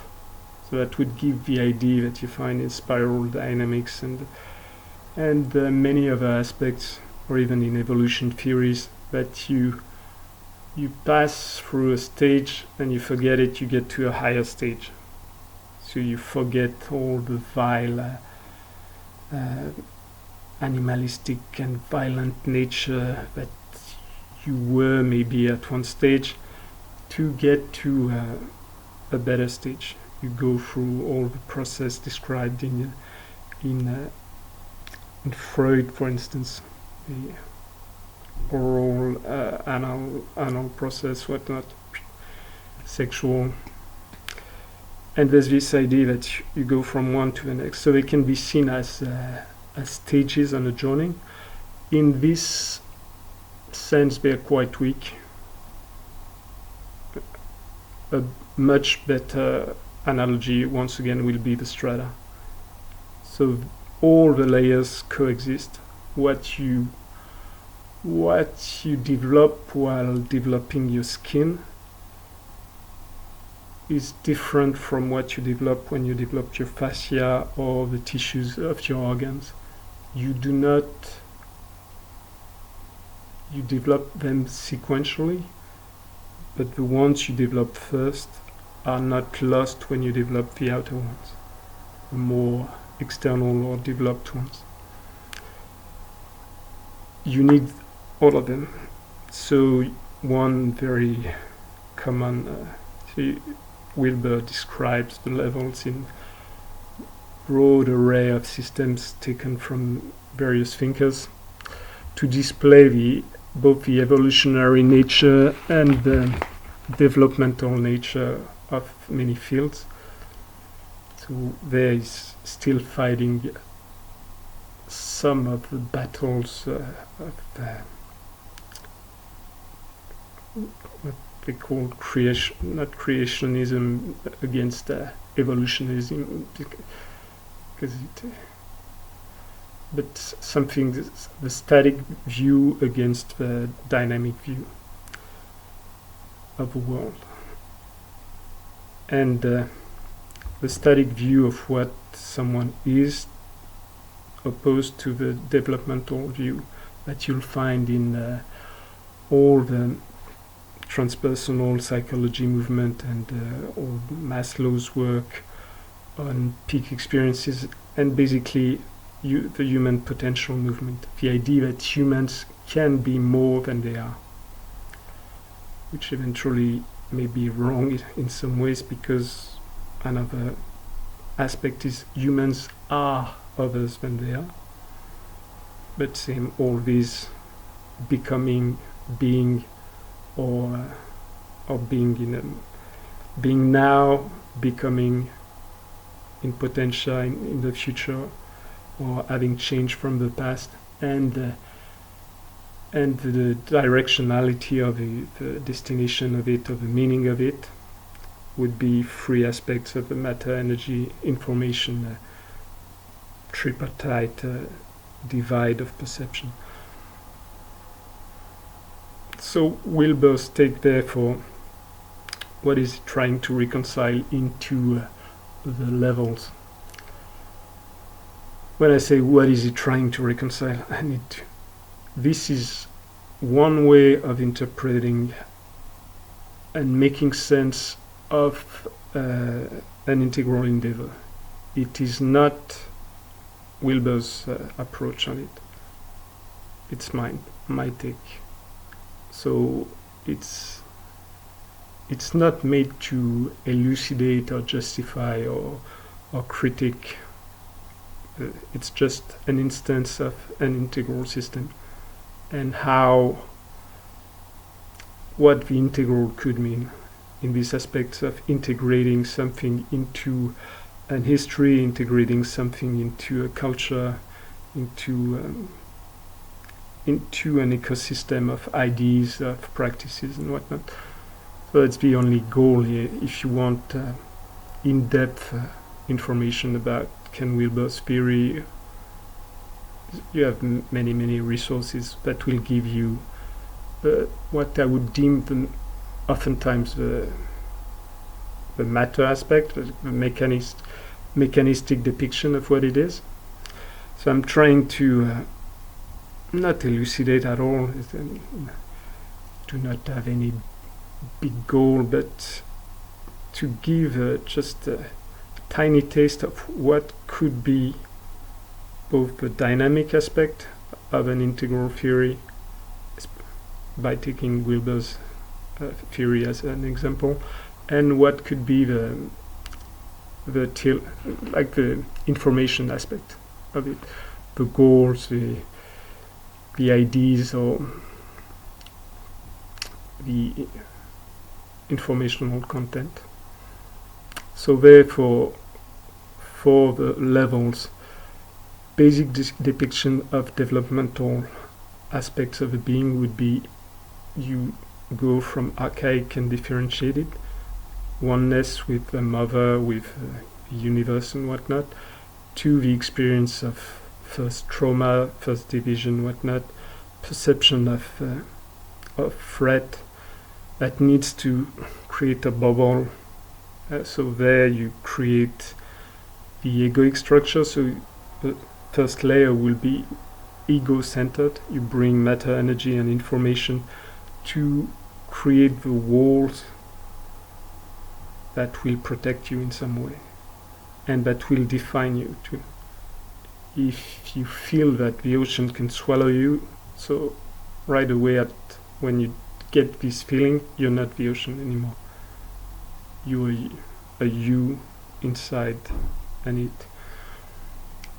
So the next layer, if you built up this feeling of safety, you can extend it to others. So especially important others that are providing for you strong powers and godlike figures or spirit-like figures. So the first would be the mother, the father, and whatnot. And eventually they could become archetypes of power figures, brothers, older brothers, some aspects of the world. So you can become allo-centered, centered on another, a star, an idol, your crush, first love, whatnot. And then you would divert part of your energy, matter, information, time, power, whatnot, and try to provide it to the other, or to help or support the other. Then you could turn from that to reaching adolescence. You get to the development of sociality in our culture, and there you'd get more of a striving towards ethno-centered, a group-centered. So the group can be at many different scales too, and eventually have different natures, but the group-centeredness would go to the creation of an in-group, me versus, not me versus them, but now we versus the others. So the group of friends, the class, the team, the country, whatnot. In most depictions, we are stuck at this stage of teenage years for most of the political realm and the geopolitical realm. But now, if things evolved because you felt safe enough in this development of relational structures, you'd get to maybe, in theory, the social stratum. So instead of just instead of personal relationship, you see the principle of relationship. You see what makes them work together. And there you can embrace the ideas of society, the ideas of democracy, whatnot, freedom, or the reverse. You can embrace systems or theories. And from there, if you felt safe enough, you'd embrace bigger and bigger definitions of self. You could turn to anthropos-centered, centered on the entire species. So that's what we call humanism, humanist perspective. Then you could decide that you include men amongst the animals, and you're zoo-centered. Then you include animals, including men, in life, and you're bio-centered. You discover that you cannot exist without your entire planet. You're planeto-centered, and the entire universe and fabric of the universe and multiverse and all that, and Wilber would call that cosmos-centered. So all these different layers would correspond in his scheme of mapping the world to levels of developments of physical, biophysical structures, or socio-physical structures, and then personalities, psychological structures, and also of groups, societies, cultures, and civilization. That's taken as just the depiction of bigger structures. So you have a lot of potential critiques of the model. As mentioned, a lot of these critiques can be answered when you get the idea of what a broad generalization is linked to the scale and perspective and goals. Everybody does broad generalization. A specialist at the top microscopes of today, if technology could keep going and whatnot, in 20 years time, 10 years time, maybe way less with AI and whatnot, would be felt to be watching very, very big structures and would be described as doing broad generalization. Although maybe it will not be at the we've left behind the scale of the sensible a long time ago. So maybe now it's the theoretical or the inferred from some fluctuations of electric fields or what. But so the idea is, if you can recognize that cultures, for instance, some cultures are described as archaic, which for real in the Kepler scheme, for instance, would not be the case, but the ideal of the savage world with people living completely blended with nature, for instance, would be an idea of the archaic. Then the magic would be the creation of centers of individuality and the living together of these powers. So you live with an infinity of spirits, of anima, things that move things. So that's the animistic ideas that could be covered. You get to big gatherings of these anima or spirits and whatnot, and then you do not have only spirits or kamis, you have gods. You do not have only small tribes or individuals. You have big kingdoms, empires, whatnot, or bigger tribes, bigger ethnicities. You go past this stage of mythic creation, of big centralization of religions, of which would have many layers, going to something like the Imperium with one ruler and maybe one religion, one way of seeing the world, whatnot, one language, justified by a gathering of information into a massive mythic structure. And then past that you would get to a response to that. So the mythic structure could be a response to the problems and biases and drifts of the magic structure. You have atomization of a multitude of beings with their own propensities, wills and whatnot. It creates chaos, potentially, or disorder, like some types of felt disorder. So you get the idea of centralizing, diminishing the variables, diminishing the individuality, so that you get more control, more predictive power, more controlling power, and you get to this mythic structure. You get to the mythic structure and you've lived the tyranny of one ruler, one religion, one way of thinking, and their biases. Maybe they could be,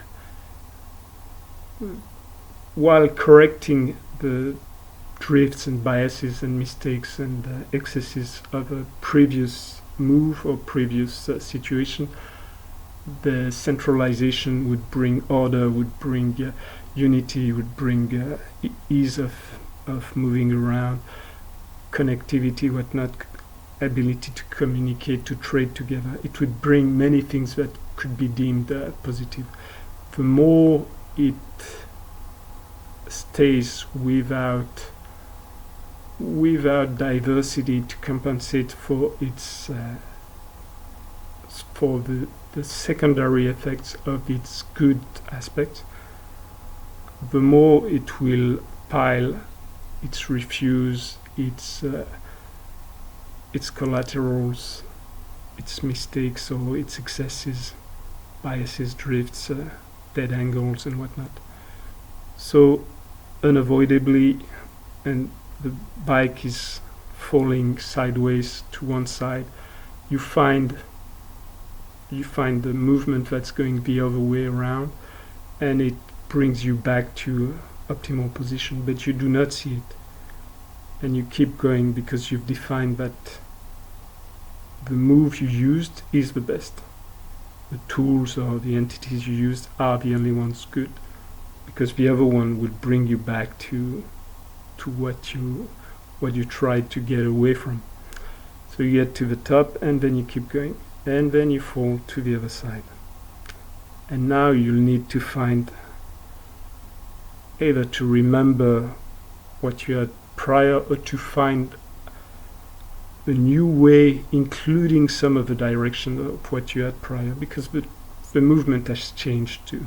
So the exact same movement you made before won't be enough. So I'm taking just one polarity here, but you move on your bike, you're facing many different polarities, several axes of imbalance. So you'd need a new combination that would find some aspects of the old one, like not the one prior but the ones before, to compensate and bring new things to accommodate for the new conditions.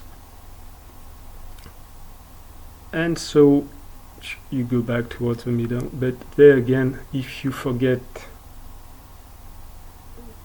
cannot integrate all the different movements that seem contradictory or opposite, and understand the principle of unity in diversity, you get back to the same.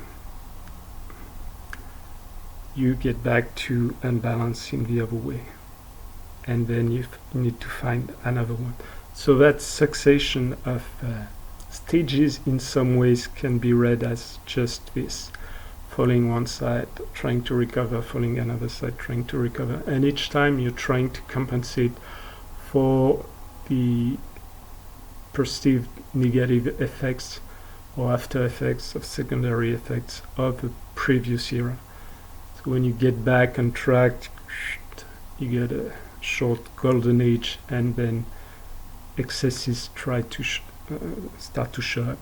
You get from the mythic, too much centralization, too little access for the people for the individuals to things, too little diversity too, so an easy, like a strong inbreeding effect, consanguinity of ways of thinking, of even populations. You need to open up, and you go towards more distribution. And the mythic structures, the strong gods and things that you've created, and the strong belief that made the cohesion of your empire together, if it's what you had, then you'll use maybe reason. So you try to look for the opposite of what's holding the structure, and you try to switch things. So now you keep the idea of big structures common to all, but now you include spreading of the power, distribution of the power towards more strata of the population, and a spreading of truth, access to the real not to the real, access to truth. The real is what is, the truth would be what's important. And seem trying to get more access to resources, more distribution of resources, information, power, and you get to the age of reason, which can be called the rationalist, absolutist era. Absolutist is because now you have one God that's not a God, which is an abstraction above all gods. And through the application on matter and the material world of this God of reason, the mental analytic structure of the mind, you can display powers the same way the other strata could display powers. And these powers can be sufficient to convince people that you should go this way, embrace this new narrative. So there you go. You go this way, and you keep going, but you try to generalize. So you do not have disappearance of the mythic structure or the magical structure or the archaic structure. All those are layers of the new societies and new collectives and new individuals that arise. And all those existed individually in cells of the collective. They existed for a long time on many, many different forms. So this power structure would be what we call ethnocentered. For instance, then it goes to the social-centered. You go to the ideal structure that's behind, that reason can give you. And reason is a ratio, it's comparison between two things. So you need to be able to divide things, to analyze, dissect them, and then compare them, measure them. So it is mostly quantitative and objective by nature. So there's this very strong attack on subjectivity during this time, or during this type of periods. So you decide that the subject, the individual, or the tribe, or the culture has no influence. There's this overall structure of reality. So now you spread it through colonization and things. So there it's a blend of motivations of centralistic powers of the mythic era, mixed with arguments from the rationalistic era, which has many strata too. Many of them, like the linkage between the levels is very blurry. It's not a clear-cut time or stage. You identify signs in a kid of having accessed a new possibility. In between the time when it's growing, this new possibility is not felt. And the loss of former possibilities, loss of some aspects of what he had prior, is seldom inquired into either. So you get to these new strata of reason, the age, the idea of unifying the world, mondialization, society of nations, UN, whatnot, would be attempts to spread the age of reason worldwide. But what would be the after effects and so you've created this huge concentration of knowledge by distribution. So this networking of knowledge in the science open source community, for instance. You focus only on matter and neglect completely the subjective, including some aspects of the breaks that would prevent some of your inquiries into the material world. And now you access a lot of power. but more distributed maybe than it was during the imperial era. And you start to get the remnant structures, political structures of the centralized power fighting together, using the tools provided by the New World. So you get to the First World War, and then you get to the Second World War. And in between, you have this strong feeling that this deep centralization of narrative, not of power anymore, as much maybe, but in some other aspects via colonization, very strong spread of empires. So now, when you get past the Second World War, you get to the realization that all this absolute reality does not lead to the paradise that's sold in the mythos of the culture. Progress is not happiness for everybody. It can be hell on earth. And then from the time the nuclear bomb is created, it can be hell on earth, and it can be end of all complex life, and the end of the earth.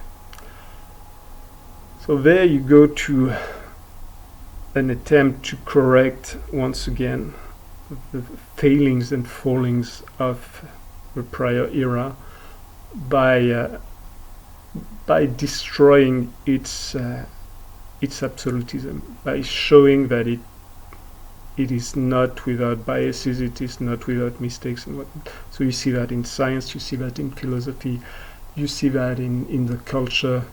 The big structures of the states are dismantled or attacked, and obviously they fight back also. So this era would be called pluralistic relativist.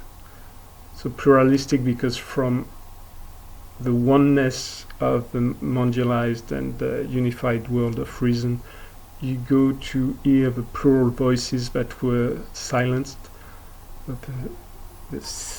like the colonized countries, the non-rational, even the other intelligences that were not heard prior,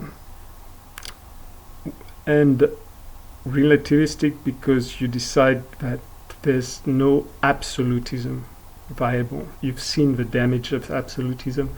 If I can decide that my perception of the world is absolute and I can impose it on you, it's real without context, then you see the damage it can do, and if you try to correct it, you'll go for the reverse, relativistic. It's relative. The ideas, the truths and whatnot are deemed to be relative to a time, place, culture, and then the more you break down the commonalities, the more you get that they're relative to a language, to a way of thinking, then they're related to an individual, and you break down the individual, they're relative to parts of the individual, and so on and so on. So this recreates a broad array of diversity, focus on the individual rather than the big social structure. In some way, it's supposed to become broadly humanistic, including all the aspects of humanity. But in its manifestation, since it's not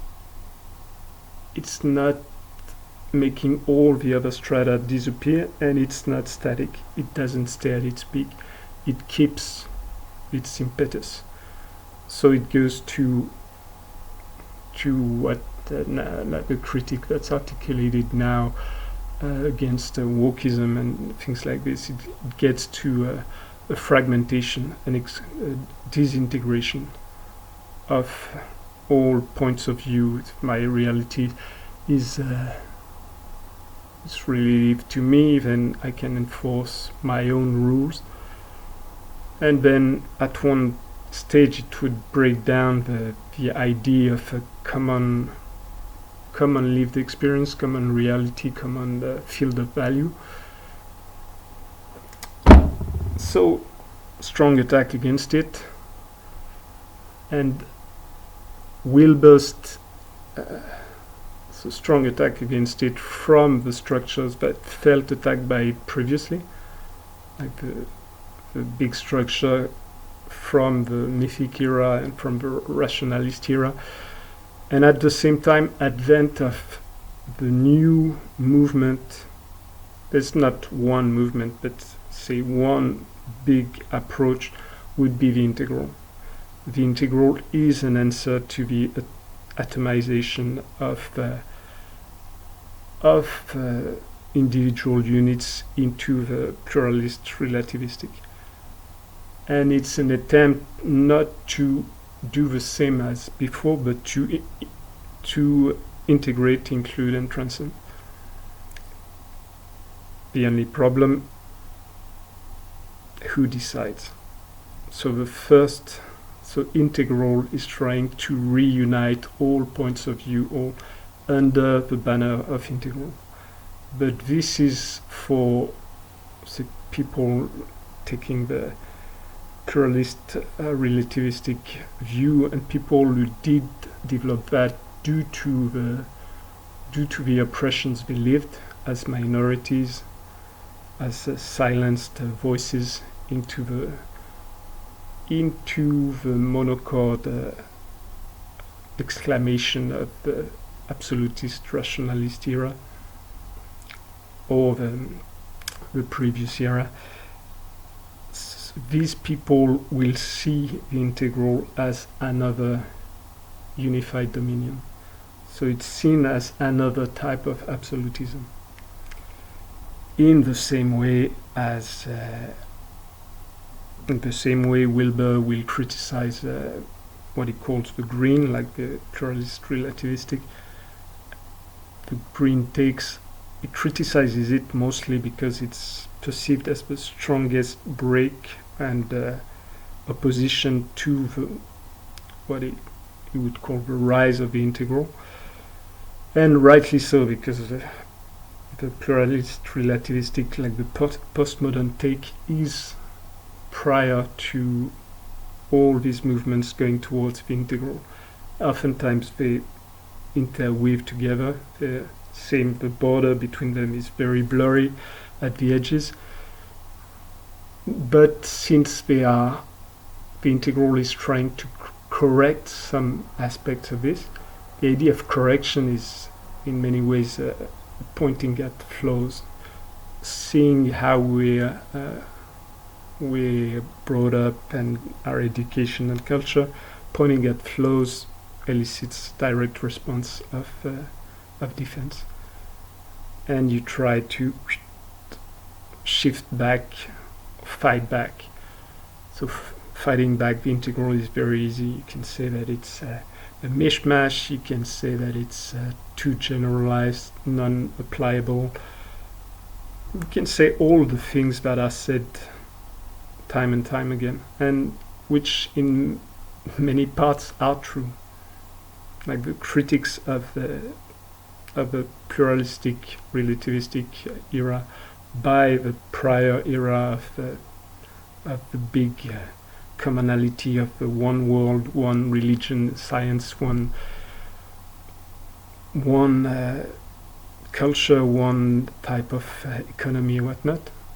Some of them would be valid, as nearly all of the critics of the oppressed on this structure, they are valid, and they're very, very important parts that are needed for all types of culture, like what's called wokeism, but all this field of the relativist, pluralist worldviews, especially the modern shapes of it, like what's simplified as wokeism, for instance.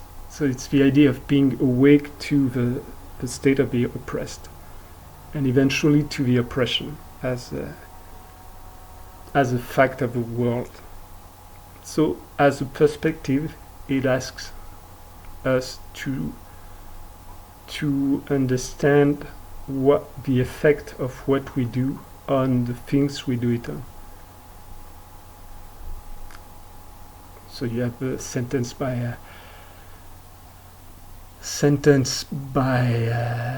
Howardson saying it's not what you do that counts, it's what you do makes of you. And you can reverse it. Now, you not reverse it, but you can apply. It's not what you do that counts, it's what you do does to the people or things you do it on. So it's the entire idea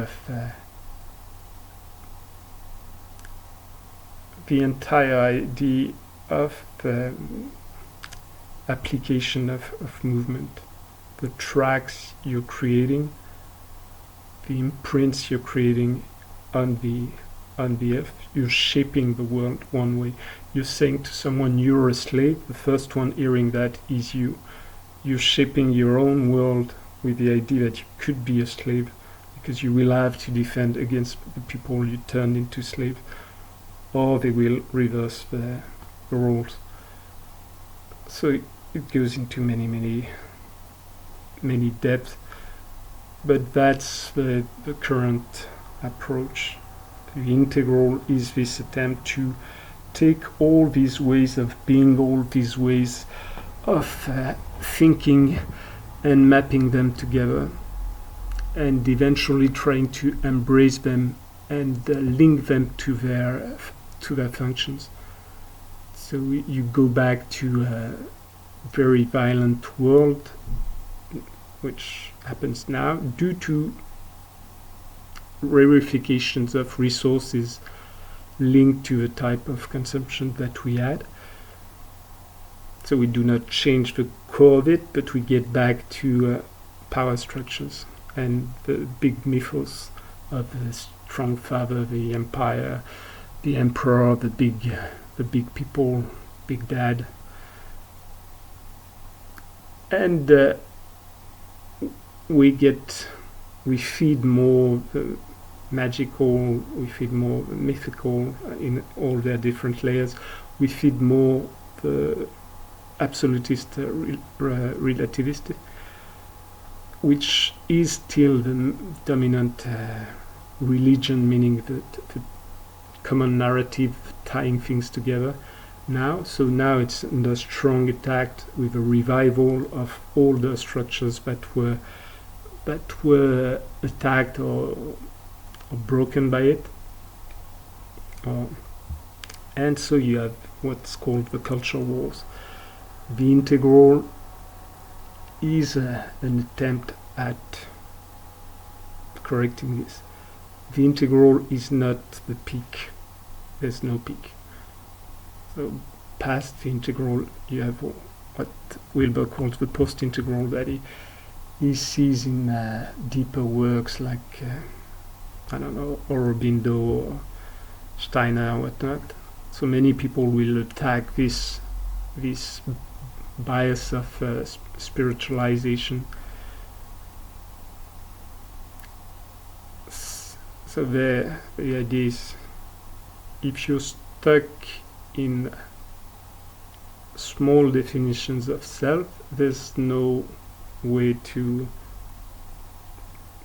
Now there's nearly no way to maybe survive. All the movement of response to the breaking down and deep corruption of all the big rational structures that were created to prevent wars and to ensure peace, eventually were twisted to ensure the wealth of the few. So back to some of the structures of the mythic era, in between magical, so in between ethnies and empires, you create big families, big clans. So these are not historical, it's archetypal approaches. So these clans survive and persist, and even as archetypes, and you create in-groups inside your common societies that will divert the common goods of your so-called democracies for their own benefits. And maybe not so simple, because oftentimes they do things they feel good, and maybe have some after effects that would be good for some people. So it's not all right and wrong and black and white. Still, you end up with a false structure of distribution of power, with real structures false in a relative manner.